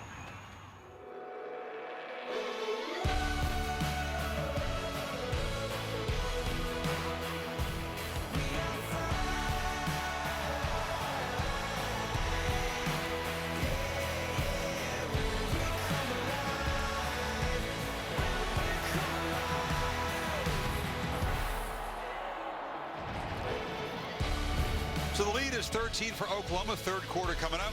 Sooners have averaged 7.5 yards per play. They have a yardage edge over Tennessee of 160 yards. They've been in Worley's face all night, Kirk. The longest Volunteer running play is 4 yards, yet Tennessee's been able to do what they hope to do, hang close. Well, and that's what they talked about, kind of being on the ropes. Their defense has done that in this first half to at least keep them in the ball game. Things got away from there towards the end of the first half, where Oklahoma was able to put another touchdown on the board. But I think the story now in this second half is really Tennessee's on the road with all this youth. How do they hold up with their offensive line in the trenches, an area that's been a challenge for them to match up with the scheme and also the athletic ability of this OU defense. Bullock drives the kick to the goal line, and here's Alex Ross, young running back, hammered down at the 25-yard line.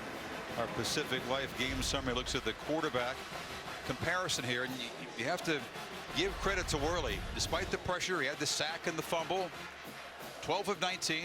Yeah, I mean, Knight the pick at the end of the half. Yeah, a great half for Trevor Knight, 14 to 21. But I think the story that you can't really tell by just looking at the numbers is Justin Worley. Almost every single time he's dropping back to throw, he's getting hit and he's having to step away from pressure. Big story, Kirk, I think, is the neck beard trend in quarterbacks. Did Andrew Luck start that? Every quarterback in college rocks the neck beard. Some pull it up better than others. Yeah, exactly. You saw Hogan last week for Stanford. Yeah. It is a new trend, and it's Andrew Luck's fault. Slip it near side to Shepard, looking for blocks and gets a couple out across the 35-yard line near the marker. Heather? I do not have a neckbeard report for you. What I can tell you is about Bob Stoops. The emphasis in the locker room was on offense, specifically on running the ball. 64 rushing yards, not enough, according to Bob Stoops. They also want to use that tempo, disrupt a little bit, and get going without the defense being set. Now there's a quick throw and another first down to the 45-yard line. Ford had 45 yards rushing. Nobody else has done much. Yeah, what Bob Stoops says to Heather, I think, has a lot to do with who they pride themselves on being, not just tonight, but just as an offense. I mean, they can throw it or they can run it, depending on how you want to defend them. But they've been facing a lot of 8 men in the box, and it's kind of forced their hand to have to throw the ball a little bit more than maybe they wanted to. So a couple quick first downs. They hand it to Ford, picks his way for a short gain. You saw the graphic, 44 straight times, and OU's had the lead at halftime. They've won. Goes all the way back to the 2009 Red River rivalry. This tempo is very, very challenging, not just to defend, but when it comes to the fatigue factor. They're right now on pace to have over 80 snaps potentially in this football game, and again, without a whole lot of depth on the defensive line, we're going to keep a close eye on the Vols front with those linebackers included.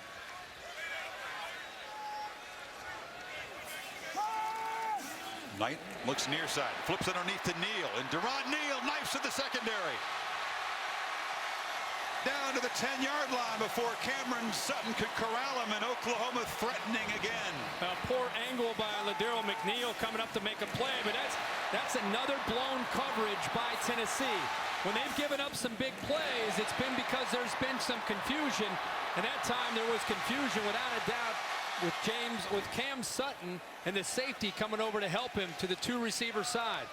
It's 43 more yards after the catch tonight for the Oklahoma receivers. Kirk, 173. A lot of those catches have been in space, as you said, because of coverage busts. It's first and goal at the 9. And this is Ford. Lowers the head, gets about 3, stays alive down to the 5-yard line now. And that was such an emphasis this week for the Tennessee defense, was yards after the catch, and they just had to do a better job of not giving up plays, explosive plays, if they wanted to come in here. Listen, this was not a game that Tennessee looked at and said, oh shucks, let's go in there and be competitive and get out of here with a moral victory. They thought about, let's go in here and win this game. And so they still feel that way, but they've got to definitely do the little things, and they can't give up these busted plays. 1 second to go. Knight keeps it, gets the corner and dives for the end zone, and Oklahoma stretches the lead.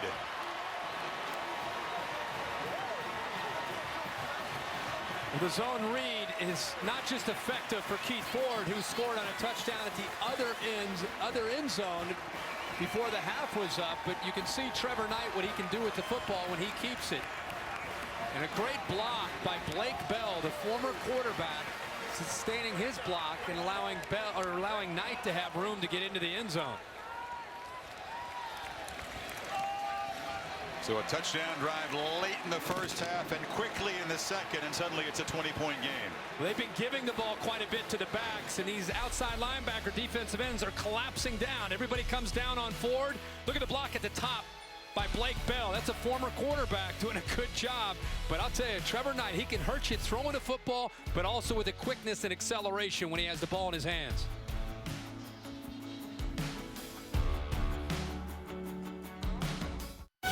ESPN is your home of the new college football playoff. Here's the brand new national championship trophy presented by Dr. Pepper. Awarded January 12th in Arlington. Sooner fans certainly hoping their team can be in contention, trying to make a strong statement in their final non-conference game tonight before they begin that 9-game Big 12 schedule. Everett Young's going to bring it out. Gets a couple blocks, dances across the 25, and then slammed it down hard right there. 4 different guys have had sacks for Oklahoma tonight. Well, we focused a lot on Eric Stryker in the first half, and he was effective getting around the true freshman Coleman Thomas, leading the inside interior push to be able to come up with plays. Well, then they moved it back to try to help out Marlon Lane. Well, what happens when you move Marlon Lane out there is the big fellas make plays as well, getting a push to the middle. So this offensive line, we knew coming in they'd be challenged. They sure have, and I expect Mike Stoops to continue to turn up the pressure here to start this second half. Volunteers were once within 6, and 2 Oklahoma touchdowns sandwiched around halftime put him in a hole here. First down throw to the 20. It's caught, and now they're going to rule incomplete. Hurd was trying to come up with it. Ball is thrown in front of Hurd. So it was a forward pass, and the freshman couldn't quite get the handle. Boy, it's tough. That's almost like a running play, but when your longest run, again, is just 4 yards, very tough on a young offensive line and a quarterback. Yeah, it makes you so predictable as an offense. I think they've done a pretty good job of still mixing things up, all things considered. Under 1 yard per first down play on average. Once again, there was pressure off the edge. It was Stryker right in the face of Worley. Yeah, same blitz.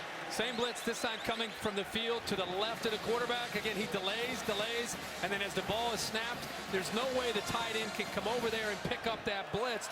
Another true freshman, Daniel Helm, happened to be coming over.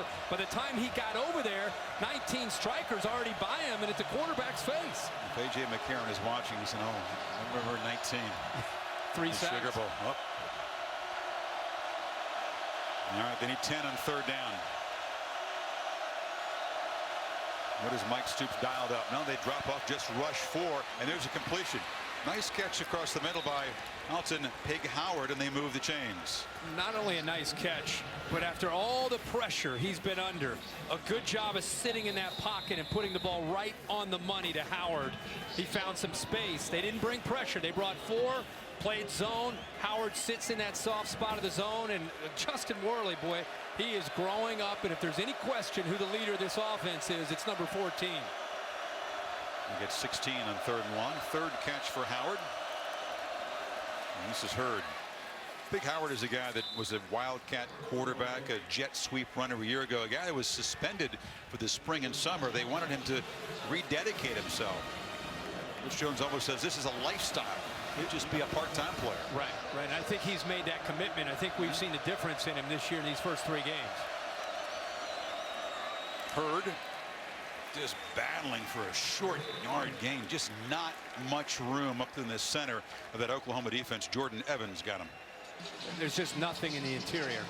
You're not going to be able to get a push, and it's nothing against this young line. It's going to be hard for any offensive line this year against this 3-4 scheme. Jordan Phillips, Charles Tapper, and Dule in the middle, and then, of course, off the edge, Grissom and Stryker just setting the edge so well in this defense. Another third down. They need 5. They move the pocket. Worley had some time initially and then just threw it into the front row. When you roll out like this and you move that launch point, your options are limited. Watch this. He's going to look back to the inside, but look at the coverage right there. They take it away. So when you roll to your left, you've got 2 options. There's nobody there because of the coverage. There's nowhere for him to throw the football, so he's got to throw it away. Matthew Romar, the big 287-pounder, got in Worley's face late. And Tennessee's got to give the ball back to this Oklahoma offense, now down 20.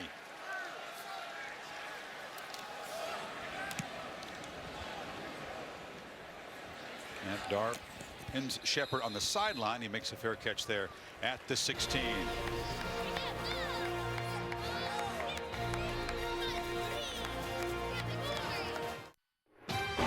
Saturday Night Football, presented by Wells Fargo. On your phone, online, on the go. Wells Fargo makes it easy to get banking done. The new Dollar Cravings menu at Taco Bell. Live Más. And Buick. 5 expectation-shattering models. Another reason to experience the new Buick. Rare visit from the SEC to Norman. Bob Stoops in his career 4-4 against SEC teams. That's not counting the games against A&M and Missouri when they were back in the Big 12. He's actually 3-0 against Alabama and 1-4 against all the others, including, of course, 2 losses in the BCS championship game. Sooners up 20. Get the ball back at their 16. See if they try to slow it down a bit, Kirk. Grind some clock, or is it too early for that in the third quarter? I think it's too early. And they flip it to Ford out of the backfield. And once again, the young back used as a receiver. Reeves may have been stopped them, but after a gain of 11. Yeah, I think you'll see this offense continue to put their foot on the accelerator. Nice job here. I love that 1st and 10 call. The versatility of this quarterback. You can do so many different things. Again, multiple formations. You can't sub on defense if the Sooners aren't changing offensive personnel, but because they have versatile guys, they can continue to do this for a long drive. Play action. They take a shot downfield over the head of Shepard, who was well covered there. He thought too well covered by Coleman. And you bring up a good point about this offense and how versatile it is, because it's not just tempo, but they have hybrid players that can play multiple positions. So it's not just dealing with that personnel grouping that happens to be in, but they can do so many different things. Now Sterling Shepard wears number 3 like his father Derek did. He was a great player here in the late 80s, part of the '85 national championship team. And then Derek was hired as a graduate assistant coach by Bob Stoops. He left to go to Wyoming to be an assistant, and Derek Shepard passed away, died of a heart attack when he was just 35 years old.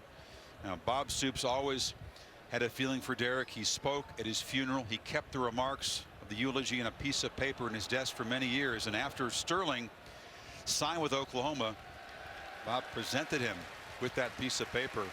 But Sterling Shepard had always grown up around the program, had been a part of the locker room with his dad, and he actually kept Bob waiting 24 hours after the offer was made for a scholarship. He finally said yes, and he was never going to go anywhere else. I thought it was pretty touching to hear Bob tell us a story about when Derek passed away, that Sterling was very young and he embraced him. He brought him in. He wanted him in the locker room. He wanted him to come around the team, and had no idea one day that this young Sterling would end up being a football player that he would end up recruiting.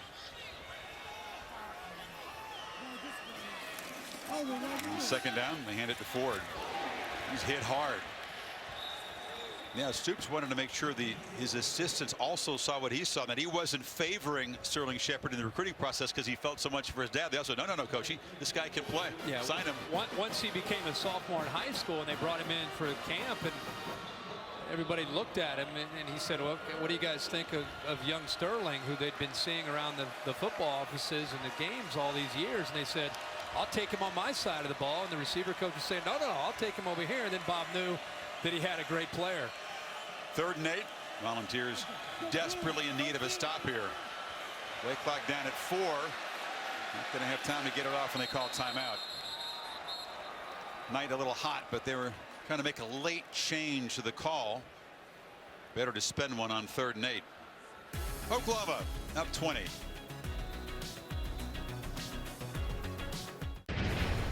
Bob Stoops certainly never thought he'd be a lifer when he was hired in December of 1998. Of course, won a national championship in 2000.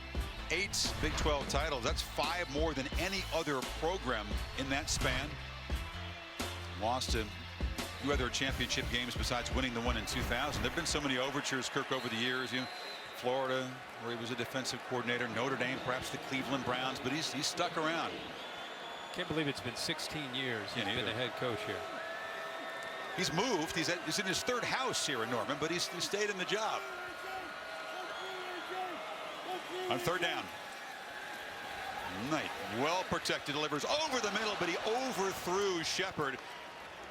The rare times tonight when number 3 has been targeted and hasn't caught it. Boy, he had all kinds of time back there, and this is the part of his game that's just only going to improve. He starts to his left, he comes back because of the time that he has, and Shepard's coming right through the middle there, and that would have been a tough catch because the middle linebacker A.J. Johnson's there, but the accuracy, the consistency from an accuracy standpoint is the area where, again, Trevor Knight making his 8th career start tonight. He's going to get better and better, more consistent in that area. Pressure. Barnett gets it away. It's a short kick, bounces, left alone by Sutton. And Tennessee will take over at the 33. Talked about Bob Stoops against the SEC because it's been such a big storyline. It began with a bowl loss to Ole Miss in '99. Arkansas was able to get them. But notice the 3 wins against Alabama. 2 in the regular season, and of course the Sugar Bowl. Florida and LSU beat him for BCS titles. I think he and his program really needed that win, not just because it was Alabama. They needed a signature win and a big win for Bob and for this program to kind of springboard them into this year. He's a 17-point underdog in New Orleans. Play action fake. Worley now pitches it along the sidelines. Incomplete. Trying to fight back for the underthrown ball was Josh Smith. But again, it's trying to find a matchup that he likes. Worley trying to find Josh Smith against a safety. That's the matchup you want to try to find. It's not just trying to get the ball out to the receivers against the corners where it's a pretty even matchup. But if you get Josh Smith or another inside slot receiver matched up man-to-man against Hayes or Thomas, they've got to try to take that.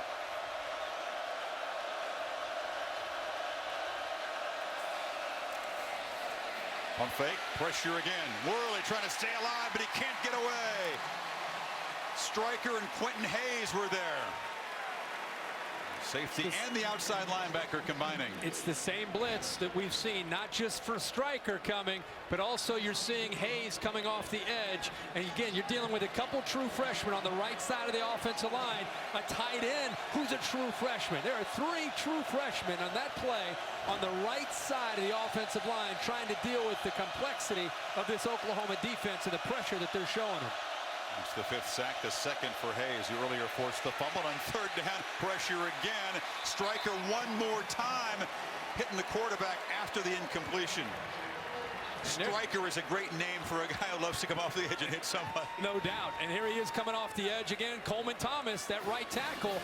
He's saying, guys, they didn't move this fast last year on the high school field. Watch how quick he gets by him. I mean, Stryker is one of the more versatile players in the country. When you watch him, you look at him, you think he's undersized. He is. He's 220 pounds. He drops out in the flat. He blitzes. Offensive linemen cannot deal with his suddenness when he blitzes off of the edge. The effort, the energy is called the heartbeat of this defense. As you said, Kirk, much more than a pass rusher, although he does that very, very well. Here's the high punt taken by Shepard, a fair catch up near midfield, and midway in the 3rd quarter, Sooners back to work. Celebrating its 10th year, sponsoring the Good Hands Field Goal Nets, Allstate makes contributions to the participating universities' general scholarship funds for each field goal and extra point kicked. Since '05, Allstate's contributed more than $3.4 million in scholarship funds. Lonely Tennessee fan, middle of all that crimson. There's a Tennessee section here. He must have. That's not it. He must have missed out on that ticket. There they are. A few of them in the end zone. They don't get many visitor seats here in Norman, that's for sure. So Samaje Perine, the talented, physical, true freshman tailback, is behind Knight. And they give it to him. You can tell he is a load. He's the guy that was involved in that controversial non-fumble, which the replays officials looked at, ended up resulting in a touchdown for Oklahoma subsequently. His first carry since that play. Again, just continuing to rotate these backs in. You wonder later in the year if somebody will emerge as kind of the go-to guy. But here early in the year, all 3 getting equal opportunity to get their hands on the football.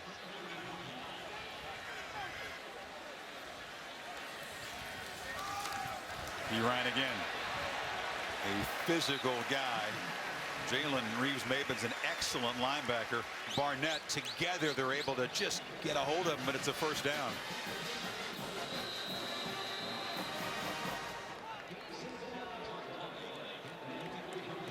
And this offensive line is a veteran group doing a great job of, when they run the football, of not only being able to hold their blocks at the point of attack on the defensive line, but they're also getting up to those linebackers now, trying to wear them down.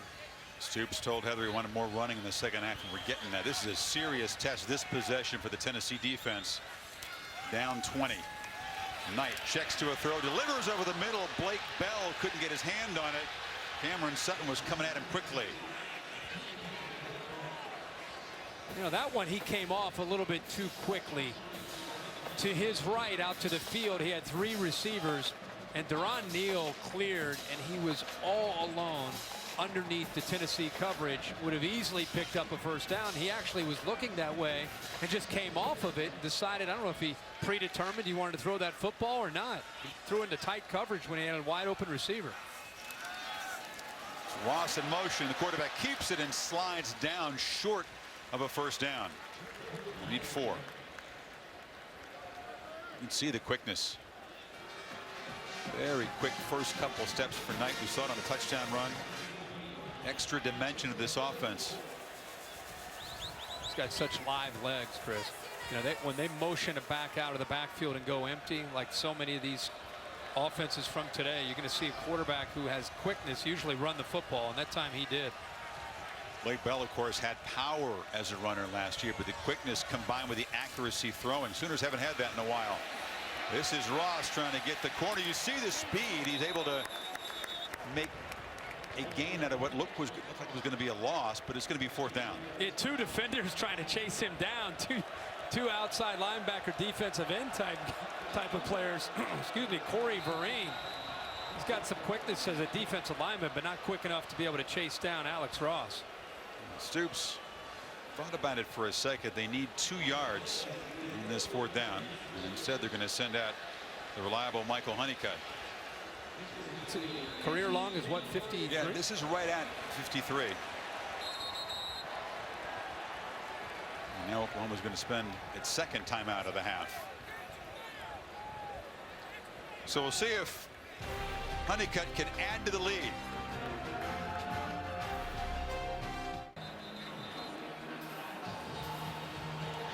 Let's see if Bob Stoops changes his mind. Yeah, here comes the offense back out here on 4th and 2. So no field goal attempts. Would have been right at Honeycutt's career long. A breeze at his back. But Stoops will trust the offense here.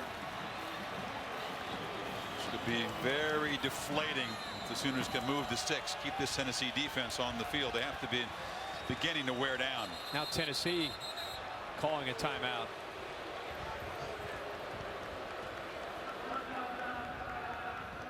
Expecting the field goal team to come out there. Stoops brought the offense back, and Butch Jones spends the first of his timeouts in the half. Heather?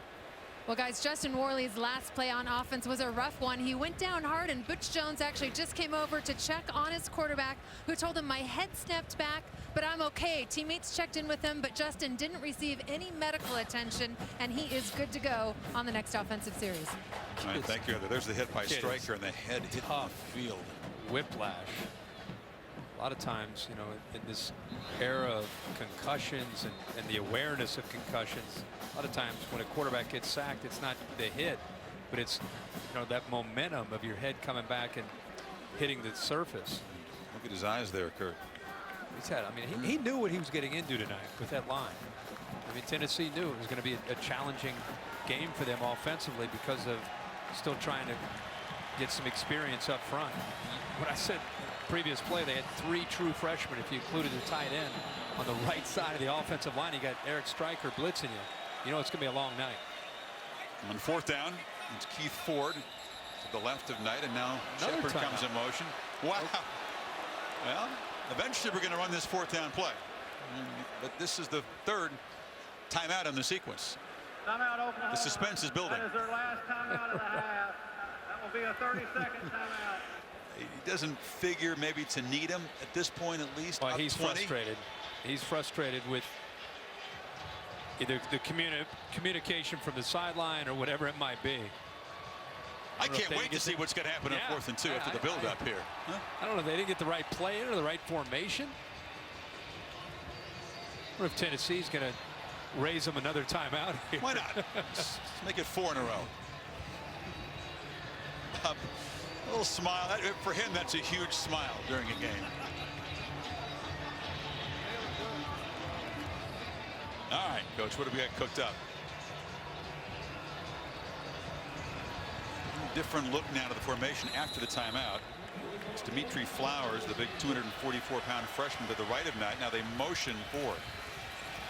And it's a shovel pass into traffic. It's incomplete. Incomplete. Well, they knew. Barnett got there. Chris, when Dimitri Flowers comes into the game, because he is such a good athlete as a fullback and he has such good hands, they motion forward out just to try to use as a decoy. Once he clears out, now you just got to lock in. You got to, you have a quarterback trying to stretch you horizontally. He's running just with the line of scrimmage, trying to bait you almost before he ditches it underneath to his fullback. But Tennessee's defense saw that coming the whole time with Flowers checked into the game, and that play really didn't have much of a chance after all that with the timeouts. After all that, Volunteers get the ball back, trying to cut into the lead here. 5:46 in the 3rd quarter.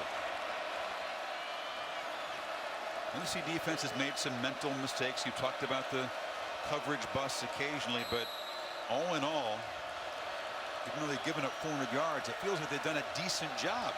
They sure have. It could be a lot worse.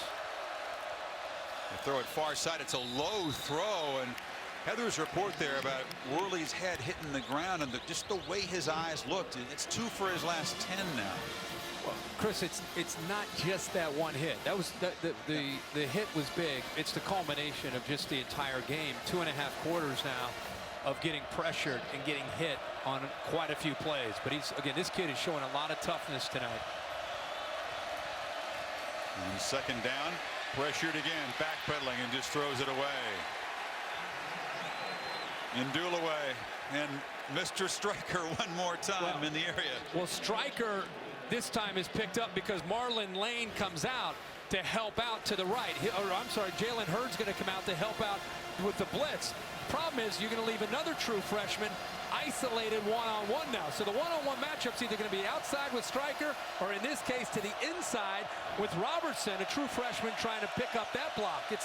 You're either going to lose to the outside or you're going to lose to the inside in these one-on-one matchups.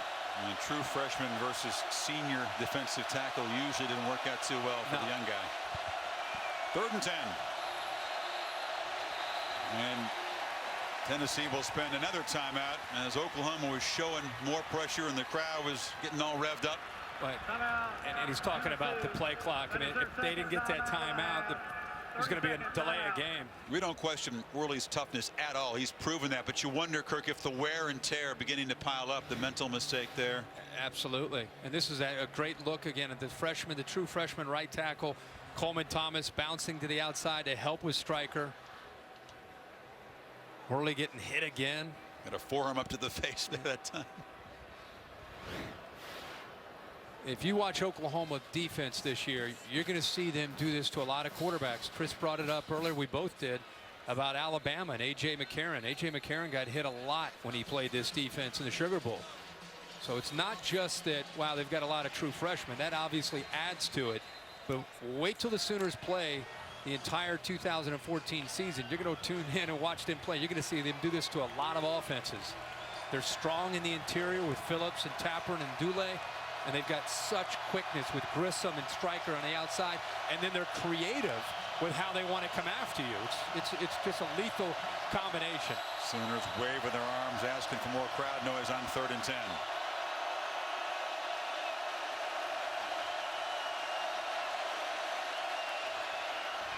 Worley stands and delivers incomplete, a catchable ball across midfield, but Pig Howard couldn't come up with it. 4th down. After all this kid's been through, he knows what's coming. It's 3rd and long. Are you kidding me? He knows he's going to get pressure. It's a stun up front. They're coming right, closing in on him, and he puts that ball right on the money. Right on the money. Good coverage by Julian Wilson. Gets in there with that right hand to knock the ball loose. That is a heck of a throw by Justin Worley, considering everything he's been through. 8th punt for Matt Darr. And it's a low kick. Bounces around dangerously near an Oklahoma player. The Volunteers hoping it touched the man. No signal yet at the 30-yard line. Now they signal Tennessee ball. Yeah, Chris, it looked like that hit an Oklahoma player. Stephen Parker was down there. Yeah. He did not have his eyes on the ball. He was trying to block a man. Hit his shoulder. It was a low kick. Of course, though, the opportunity to review this, but the recovery made by Reeves Maben, the starting outside linebacker down there covering the punt. Another look. Watch his right shoulder. It looks like it hits him right on the arm. Right there. Yep. Ball is up in the air. Now it's a free ball at this point. After the bounce, it came up off the shoulder. It's a mental mistake. Shepard's yelling, Peter, Peter, Peter, meaning get out of the way, get out of the way.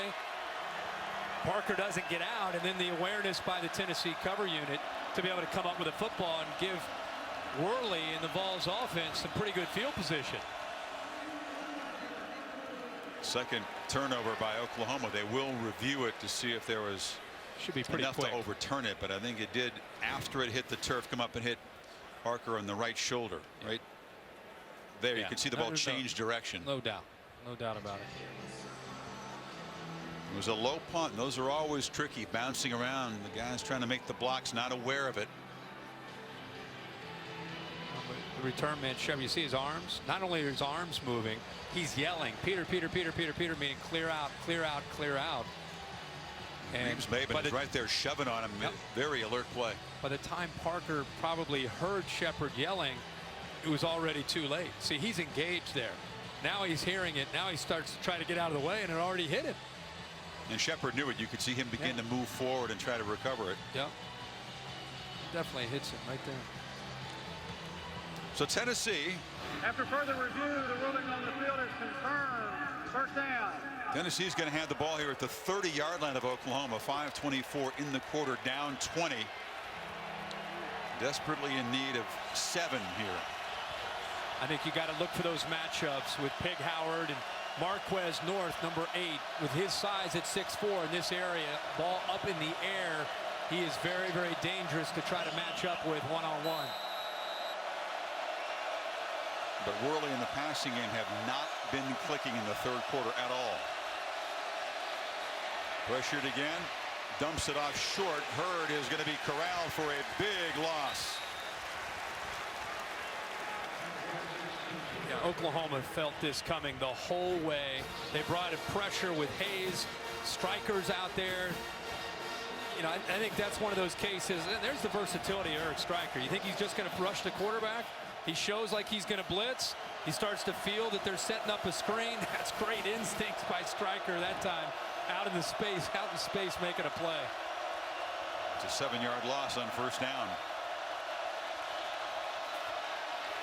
Worley pressured. Ball comes out. He jumps it on the 40. Striker is just a nightmare in there again. And Tapper was there as well. Has he ever been well protected in this half? Has there been pressure every single pass attempt? I think Striker's trying to strike a pose here tonight. I mean, this guy's been all over the field.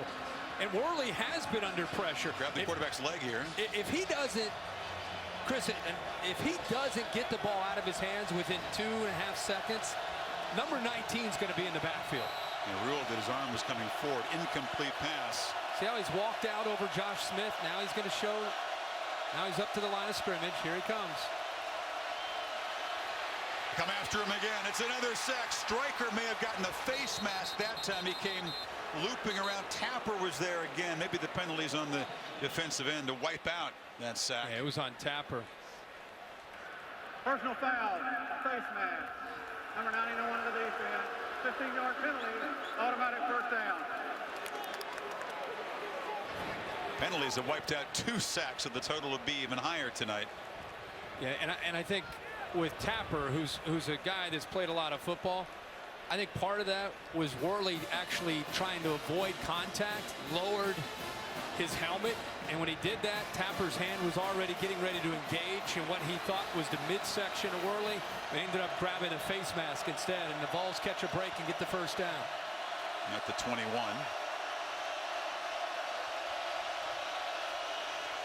Worley gets to that quick left side. Catch made, and North fights inside the 10-yard line. So it's 1st and goal. See what happens when they don't pressure? Soft coverage. Worley's able to throw. Receiver gets a free release off the line of scrimmage. That's not the MO of Oklahoma. If Oklahoma, they walk up tight on these wide receivers and they bring pressure with Quentin Hayes, the safety, and Eric Stryker, that's where they've been able to disrupt the timing and the rhythm of Justin Worley. It's the 3rd catch for North, who's split out wide now. He is a very tough red zone matchup problem at 6'4", bottom of the screen. Sooners show pressure up the middle. Hurd moves forward for 3.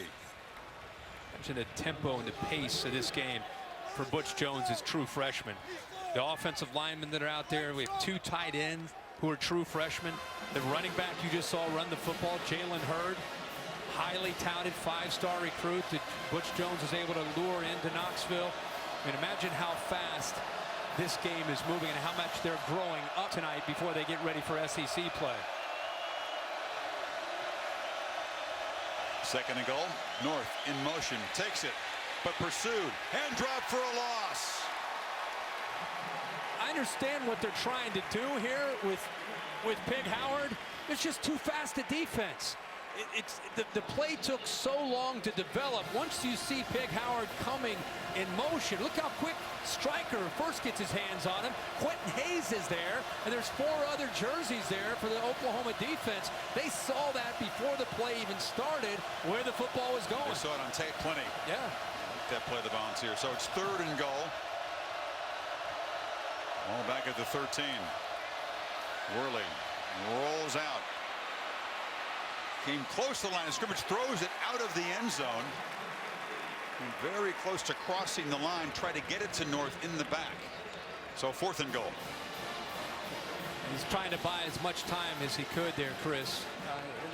That time, again, the amount of time that he had, you would think that somebody would be able to break open, but Mike Stoops, who's been pressuring all night, this time keeps the secondary, and he had 6 defensive backs on the field. They all sat back in coverage, and Worley eventually tried to squeeze one in, but North, of course, didn't have any room to make the catch. So the true freshman, Aaron Medley, from 31 yards. What a shock, another freshman. Yeah, all over the place. Not what Tennessee wanted after the turnover on the punt. A 17-point deficit. Well, this has been a courageous display from Worley. Came out hot, good first half, but the pressure again and again and again hitting him time after time. And it takes a toll on a quarterback, not just physically, but I think emotionally, and the confidence that you want to have. Justin Worley knew the entire week what he was going to face tonight, and now he's living it. And I'll tell you, if you're a Tennessee fan and you're watching this game, you got to be incredibly proud of what you've seen from your quarterback, and a guy that's still trying to establish himself as the guy. I think he's taken some huge steps tonight as the leader of this offense. One thing that hasn't helped them, Volunteers haven't been able to run the ball at all. Obviously, when you got all that speed on the edge, what teams try to do in this conference against Stryker is run right at a guy like that. What have you seen overall from OU's defense looking forward? Speed, deception, power, versatility. This is, I think, one of the best defenses in college football. I really do. I think Mike Stoops has a defense that he changed the scheme last year. They're in their 2nd year now running. I think they understand it better. I think they're attacking. They're very sound, even though they're aggressive. So there's a lot to like about this defense as they move forward, getting ready for Big 12 play. He's a short kickoff. Coming up the field, it is Alex Ross. Picks his way, still alive, trying to fight forward, wrestled out finally about the 28-yard line. Major League Baseball coming down to the wire. And join ESPN tomorrow night. The Orioles taking on Derek Jeter and the Yankees, the captain in his final season, presented by Taco Bell. 8 o'clock Eastern, also on the Watch ESPN app. So certainly for Tennessee, 3 points not what they needed. Cut into the lead. Now 17 points as Oklahoma goes back to offense.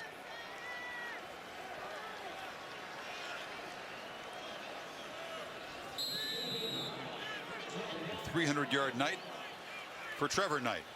18 of 29, 304, the 1 touchdown and the interception.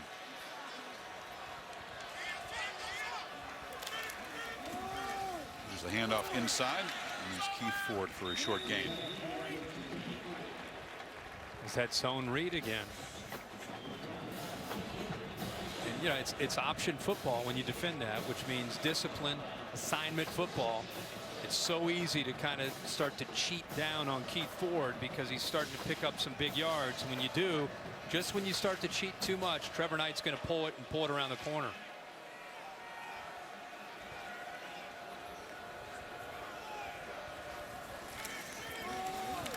Ford's got it again. And Ballou, the tackler in the backfield, and sprints to the sideline.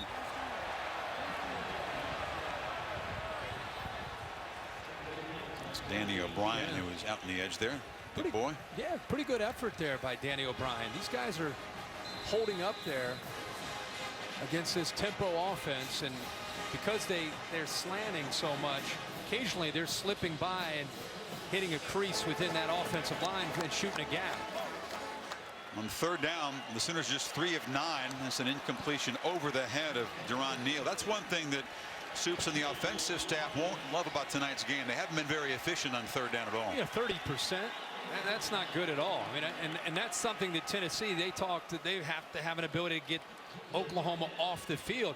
If you take away the miscues, the kind of blown assignments for this defense where they've given up some big plays and touchdowns, we've said it all night long. You've got to give Tennessee a lot of credit for the way their defense is hung in there and given themselves at least a chance to try to get back in the game. Jed Barnett, they come after it. Let's get it away. And it's Cameron Sutton calling for a fair catch at the 32-yard line. Second one in a row. Yeah, they almost got. Well, stay tuned after the game, except on the West Coast, for your late local news on most of these ABC stations. Over on ESPN Sports Center, around the highlights of the day in sports. Some surprises again in college football. Boston College up 13 on USC and Chestnut Hill, the team we saw win at Stanford last week. It's amazing.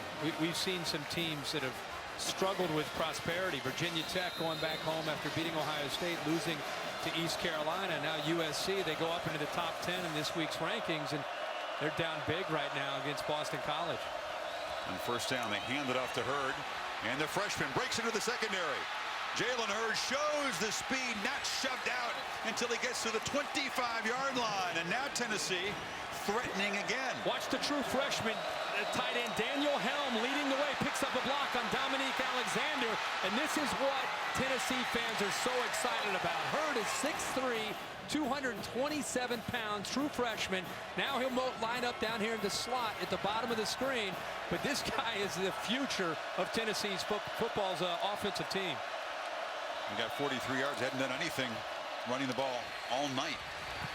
Smith trying to break free there. Stryker, again, not just a pass rusher, flying all over the field, making another tackle. By being able to run the football a little bit, I mean, that's one play they've had, but obviously it slows down Stryker. Does he ever get tired, number 19? No. Oh, no. He's going to go all night. He's the Energizer Bunny. But they don't have to respect the running game until that play, so it allows them to just pin their ears back and attack Worley in this offensive line. It's a nice run by Hurd. Maybe it can slow down Oklahoma's defense a bit. They rush 4, and Worley does have time. Takes a shot to the end zone. Throws it into good coverage. A battle for the football. And Zach Sanchez comes up with it. He won the battle against Jason Kroom. And this guy just has a knack for making plays. A risky throw by Worley, but this is a very, very athletic interception. Well, they'll probably take another look at this. Look at the focus. This is the playmaker of the defense, Zach Sanchez. Never gives up on the football, gets his foot down, completes the catch all the way through. That is a heck of a play. Keep in mind that Kroom is 6'5". What you didn't see there, maybe we'll take another look at it, is the way Sanchez used his body to position himself to be able to make the play. He didn't let Kroom get to it. And the replay, we'll take another look. Watch how he pins the ball with that right arm against the shoulder pad, then brings the hand up, foot still inbounds. Kirk, if it stands, his 5th pick in the last 6 games. He's become the playmaker, as I said, Chris. Had another guy who had a great Sugar Bowl. Just a guy that has a knack for that ability to make big plays. And it will stand after reviewing.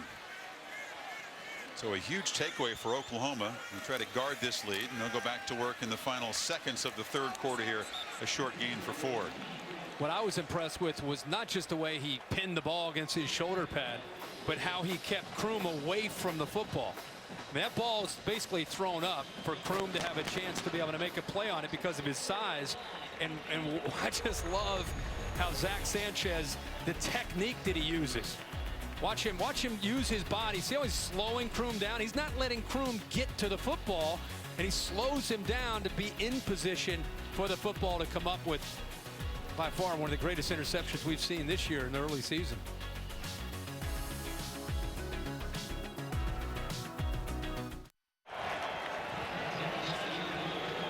Start of the fourth quarter here in Norman. Sooners projecting a 17-point lead. We've got it deep in their own end, 2nd and 9. Knight had missed in his last 5 passes, but a short completion here, and will set up 3rd down. Oh, Rocky Kalmus. Remember him, the Sooner linebacker? There was a time when he was chasing down ball carriers. Now he comes out of the smoke here, firing the folks up between the 3rd and 4th quarter. Into the 3rd quarter. He was fired up, man. He was ready to go.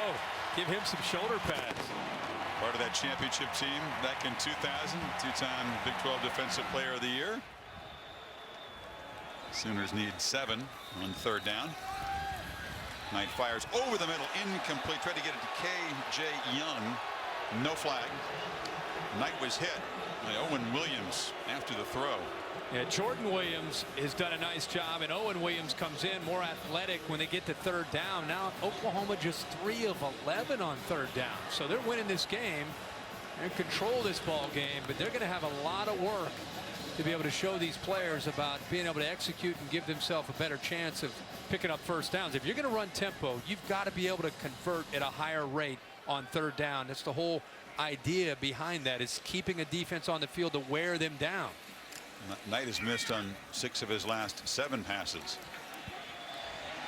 Here's the punt, fielded, and a spin away as Sutton covered at the 38. To Chris Cotter for an update.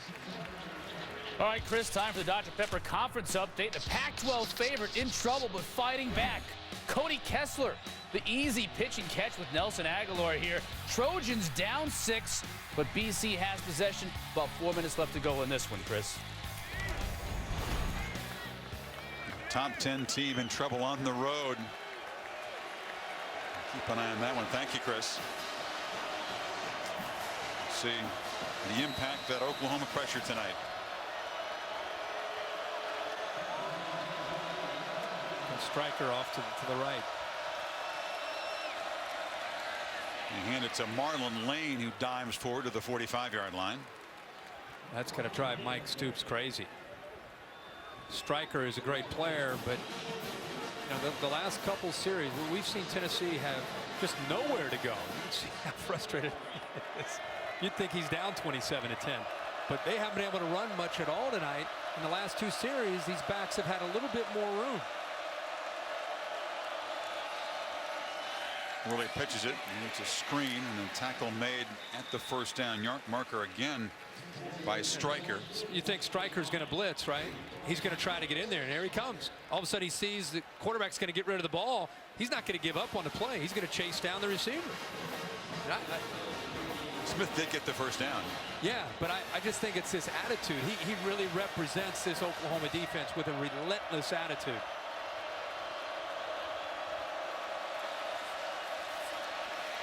Worley fires across, catch made, complete short of the 1st down is Marquez North. Another look at how active Striker has been tonight. Yeah, he has. I mean, he's been the guy that Mike Stoops has decided to turn loose, much like he does most games that they play. He's undersized at about 220 pounds. He's built like a safety, and yet he does a great job of being able to get around these offensive tackles and being so elusive and so quick.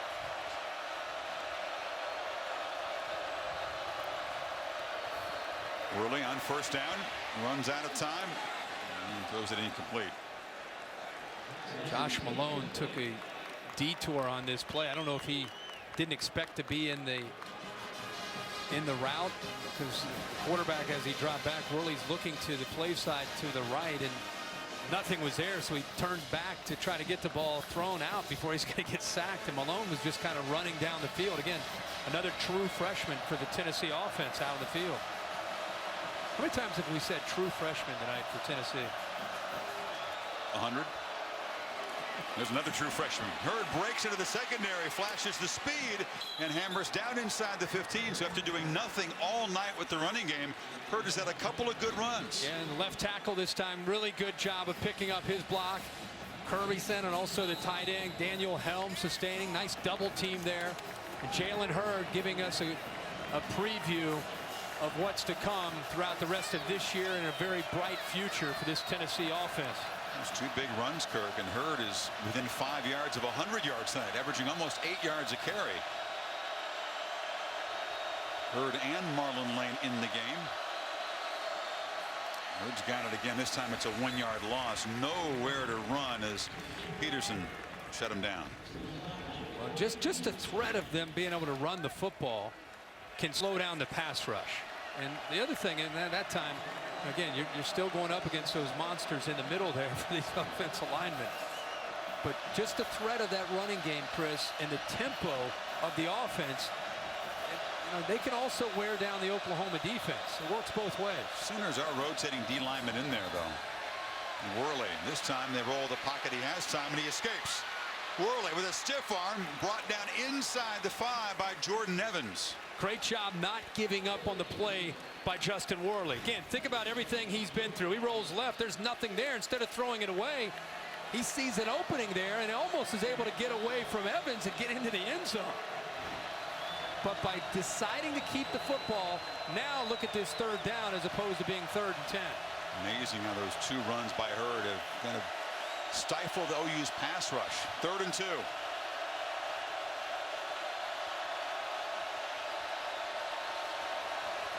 Worley zips it across the middle into traffic, and it's intercepted by Julian Wilson. Wilson with a convoy gets a block and takes it end to end.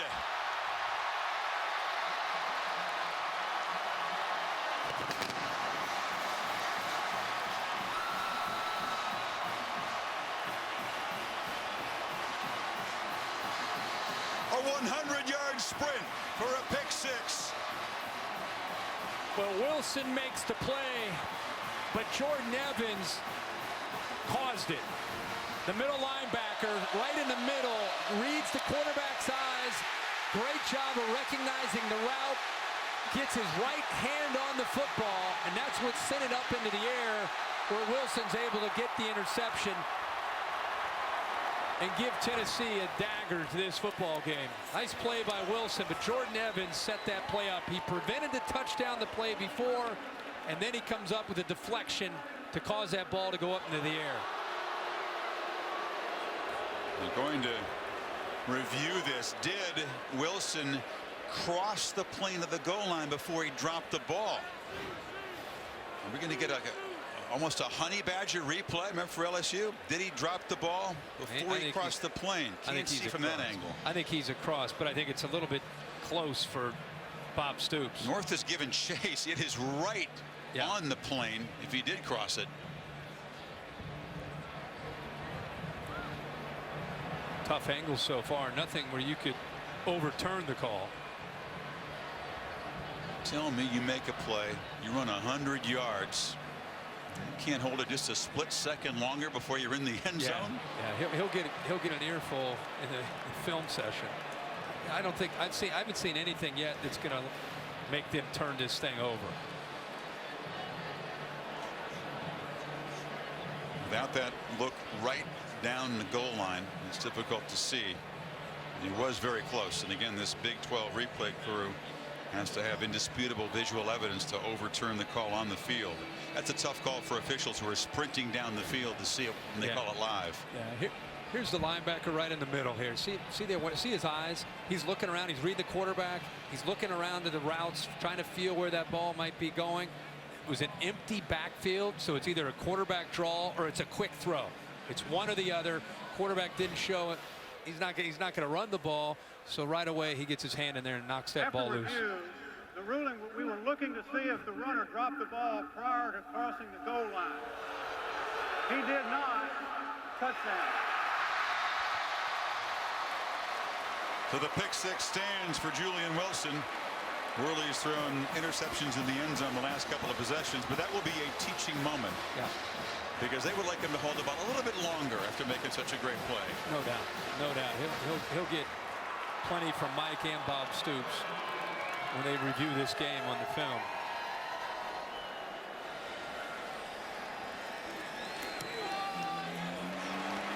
Honeycutt adds the PAT. And Oklahoma's defense comes up with a huge play. Julian Wilson from one goal line to the other, barely with the football.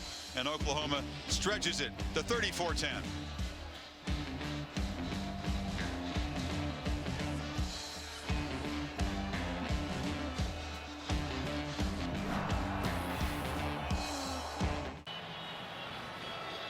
See Keith Ford, the sophomore running back, limping to the locker room.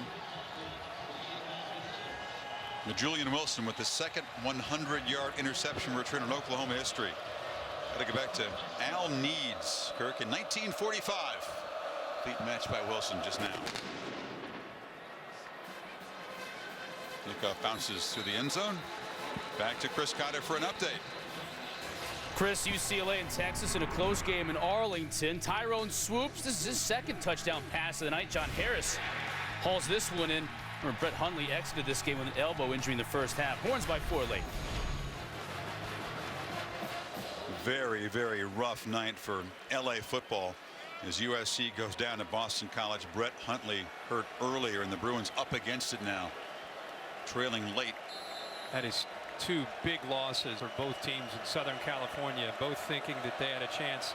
They're still, thinking about trying to get to a playoff. They're struggling in non-conference play. As Jim Morris Sr. once said, playoff. Talking about playoff. His son knew that the Bruins hadn't really responded very well to the hype. He wanted them to play as underdogs. Easier said than done. But UCLA, is that some heroics there by the Bruins late in Arlington? Yeah, it looks like UCLA. Close to there. Don't put a fork in LA yet tonight. 2nd and 6 after the 4-yard gain. Worley takes a shot. Far side, delivers complete. And breaking free is North across midfield. That's a great throw. That's a great throw again by Justin Worley. A little bit late, thrown back. You'd love to throw this towards the sideline.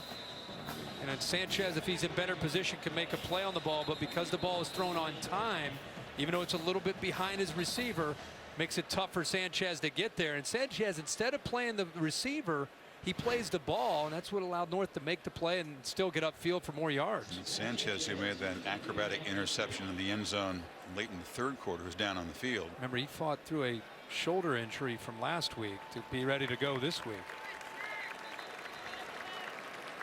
Seems to be okay.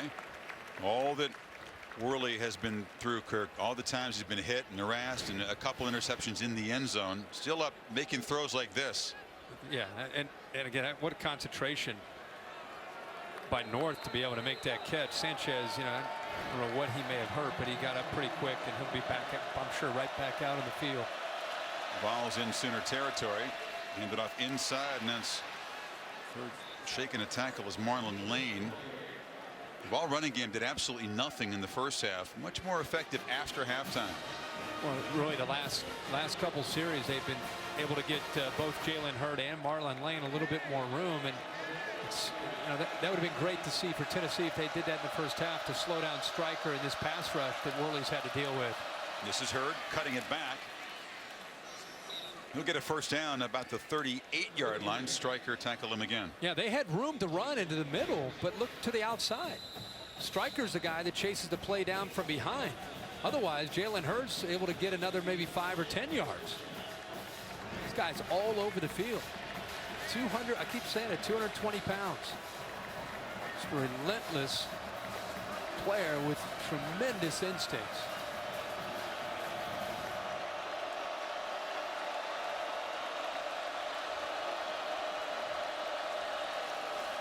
First down throw from Worley. Fires far side. North broken up. Well defended there. It's like Jordan Thomas, freshman for Oklahoma that time out there.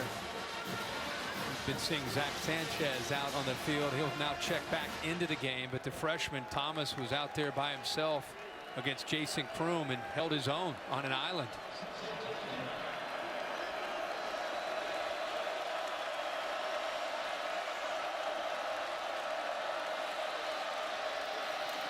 Worley on second and now, fires far side again. Once again into traffic looking for North. It'll be 3rd and 10.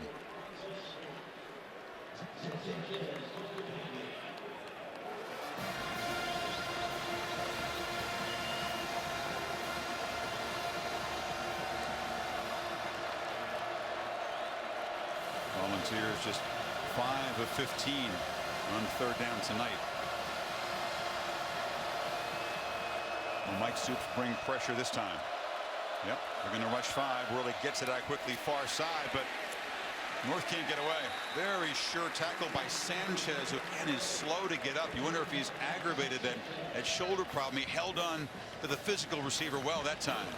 Yeah, he's fighting through some pain there to be able to stay out there. And remember, North with his size is tough to bring down. 6'4", 225-pound receiver. Going to go for it on 4th and 5. Have to. You can see he's just favoring that right arm. Worley looks left immediately, fires that direction, almost intercepted again, and Quentin Hayes was thinking about a pick 6 of his own. But what Oklahoma is doing a good job of is the awareness of the down and distance and where the first down marker is. They are breaking on the football, and they understand that Tennessee, they need to get 3 or 4 yards. Their coverage is right at 3 or 4 yards. You can see both strikers out there, Quentin Hayes is out there, everybody's staying right there. And it's really, really tough for Justin Worley to try to get one into that coverage.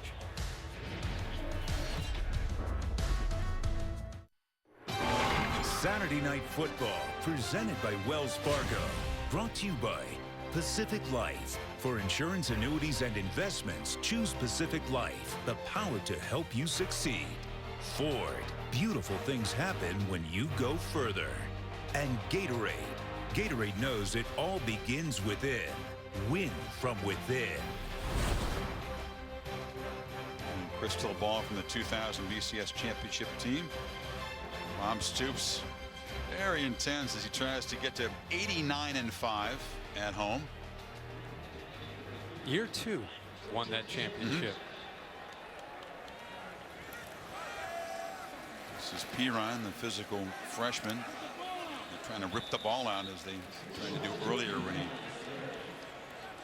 barely held on to possession. But with Ford now out of the game, he went into the locker room. Now, obviously, Ross and Perine will have to carry the load the rest of the way. Ross is more of a slender, more explosive back, number 28, and Perine, who's in, is a more physical, true freshman who can pound it between the tackles.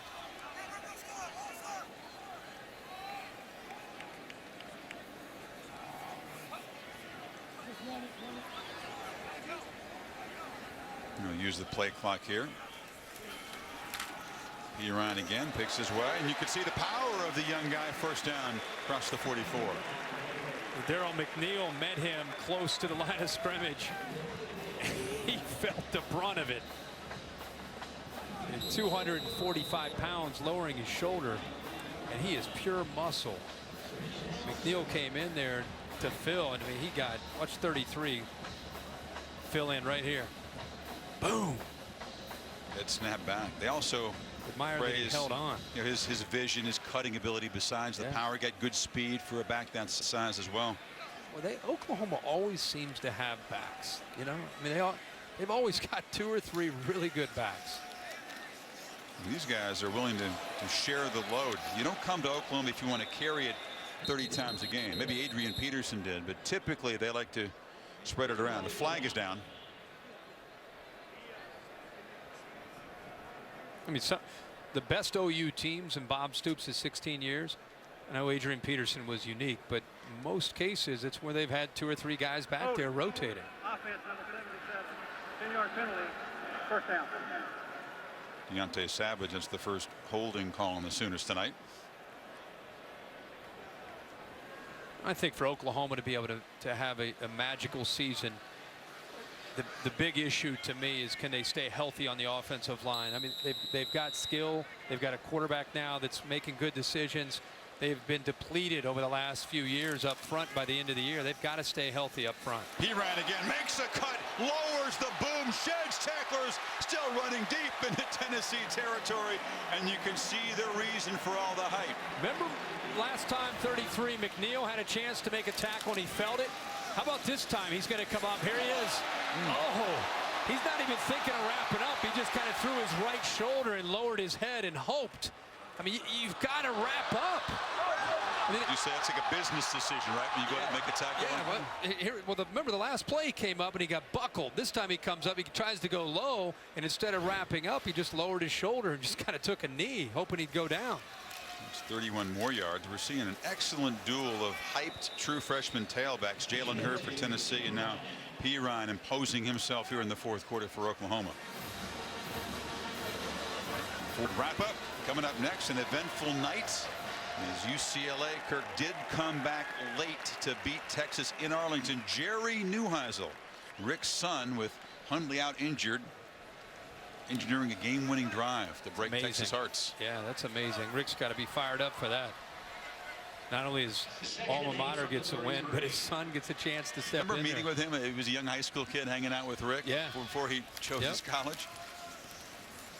This is Alex Ross, the speedy young sophomore back, taking his turn inside the 30. Such a different feel when Ross gets to football. He is a guy that can take it to the house in a hurry. He's not going to necessarily run over you, but he'll run around you and by you. Another one of those third downs, though, Kirk. Oklahoma will take a look at what they did not do well on third down tonight. And they studied the tape of this one, just 3 for 11. This is Knight rolling out. A completion made, but hammered short of the first down. Cam Sutton came up and lowered the boom on Neal. So it's 4th and 3. We're seeing a lot of big hits here in this second half. That play, again, it took a while. It was a play that was designed right in front of Sutton. He was just almost sitting there waiting for that ball to be thrown. And you know, quarterbacks have to see a flat defender out there waiting. You don't want to throw it and leave your receiver out to dry. And that's what that time Trevor Knight did. So Honeycutt, who's 2 for 2 tonight, both of them inside 30 yards. Prize from 45, and it's blocked. Rarely does he miss a field goal. Tennessee makes the block, and Oklahoma will just run down there and touch it, so it can't be returned.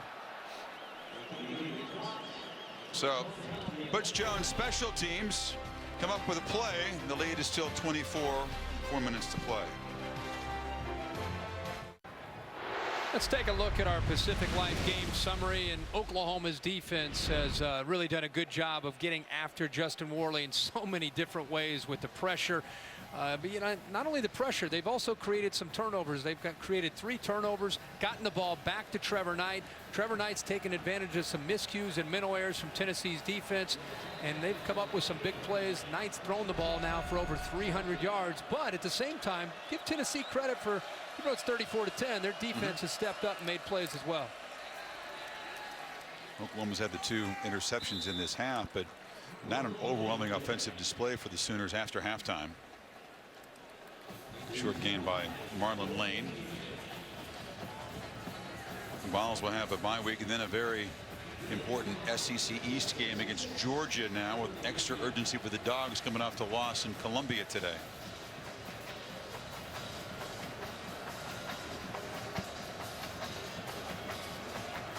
The game will be between the hedges after a bye week next week.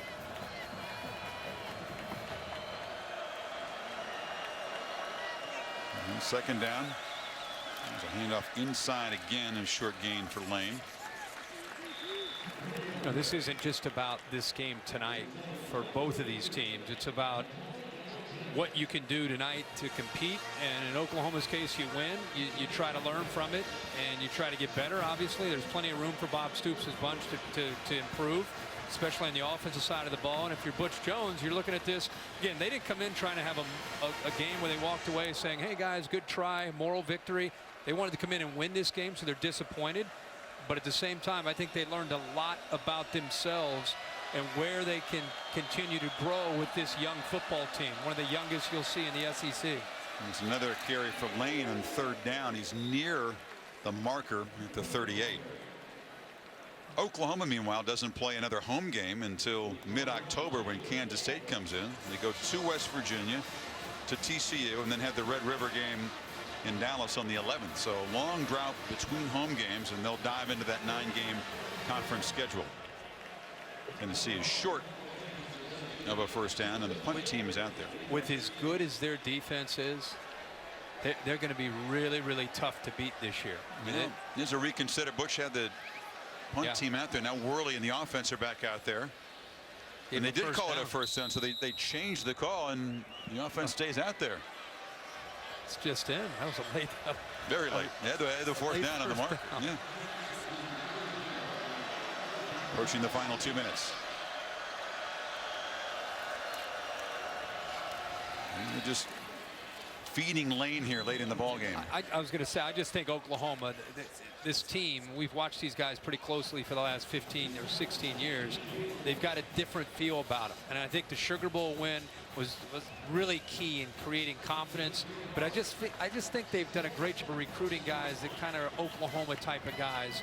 Gritty, tough guys. Striker's a great example of that. Grissom's a great example of that. These guys are playing as a team. This defense, because of how consistent and relentless they are, it'll be fun to see how far they can take it this year. Well coached, athletic, and a bunch of guys in that defense that have a playmaking knack. We've seen Sanchez and Wilson make huge interceptions in the second half here. Lane again tries to break free. Another first down up near midfield. And the clock ticking down. Minute 10 to go. And on the other side, I mean, Butch Jones in his last year, he signed 32 recruits. National letter of intent.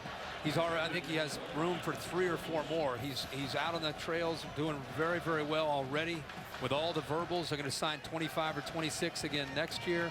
So the future is bright. It's just trying to take baby steps with a young team like this when you go into this kind of environment, or when they go into the SEC in tough environments, and trying to continue to grow to try to win this year, not wait for the future. Now they desperately want to make a bowl game after a succession of 3 straight 5 and 7 seasons. They figure it's to be tough in Georgia. I mean, who knows? But if they're 2-2, they'll have their chances. And Oklahoma, meanwhile, Kirk, winning by 24. Do they make a strong enough statement that this is truly an elite team and should be considered a playoff contender? Yeah, absolutely. As long as you play defense the way Oklahoma plays defense, you're a legitimate team. I just think they got to continue to be dominant on the other side of the ball to become a complete team. So 5 sacks, 3 takeaways, and Stoops' defense huge tonight. There you go. Tampa, Florida in the building. Yeah, sure is. The Floridian Eric Stryker celebrating. He's excitable. And an exciting period. Let's get into Heather with Coach Stoops. Chris, thanks so much. Coach, congrats on the win. Now, you came in unbeaten, but some would say unproven as well. What did your team show you tonight? We made some improvement. We still, it's young. We're still young in the season. It's only the 3rd game. We've got a lot we can be better at, and that's what we'll keep pushing for. It's you try and build through the year. Oklahoma seems to always pride itself on its defense. What did you think about the way that your defense performed tonight? I thought they were incredible.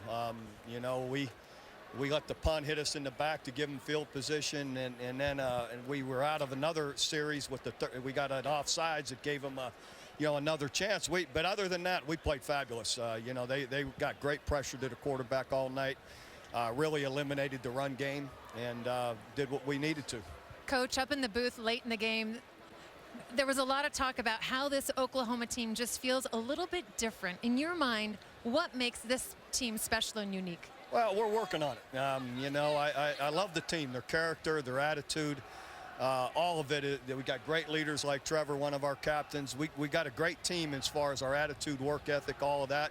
Now we just got to keep getting better. We've got to keep improving in technique and fundamentals and try and build to be better every week. Coach, congrats on it. And Trevor Knight certainly showing a lot of confidence out there. You are the guy this year. Last year split some time with Blake Bell. How has that helped your confidence, really knowing that this is your team?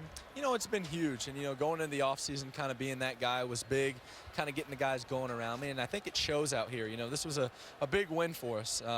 SEC coming into town, it was big for us, a big win. Yesterday we talked, and you told me that your goal was really to stay calm and stay relaxed out there. How were you able to do that against a team that a lot of people thought might give you a bit of a challenge? I think it was in the locker room beforehand. We were all calm, relaxed, ready to go, and then we came out and played fast again. Got the field goal there early, but then got on them pretty quick. That's what we try to do every week, and, it proved strong here. And how can a win like this really send a message and set the tone for what's to come the rest of the season? Well, it was a big game, nationally televised game. It was big for our program. The fans came out and did an excellent job. And then just the way our defense played, the way we played early, it was pretty good for us. It was good indeed. Thanks, Trevor. Thank you. Back to you guys.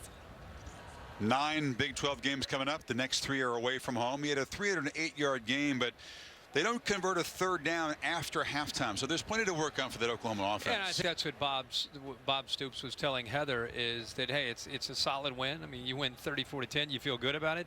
But the great news is they can get better in every phase of the game, special teams and offense especially. And the defense, as good as they look, they'll still continue to get better. So I think for Tennessee, they also get back to the drawing board, learn a lot from some of the mistakes, and see what they can do as they get ready for conference play. Every opponent will have to deal with number 19, Eric Stryker, and that Oklahoma defense as Zach Sanchez and Julian Wilson made picks in the end zone. Wilson took his 100 yards.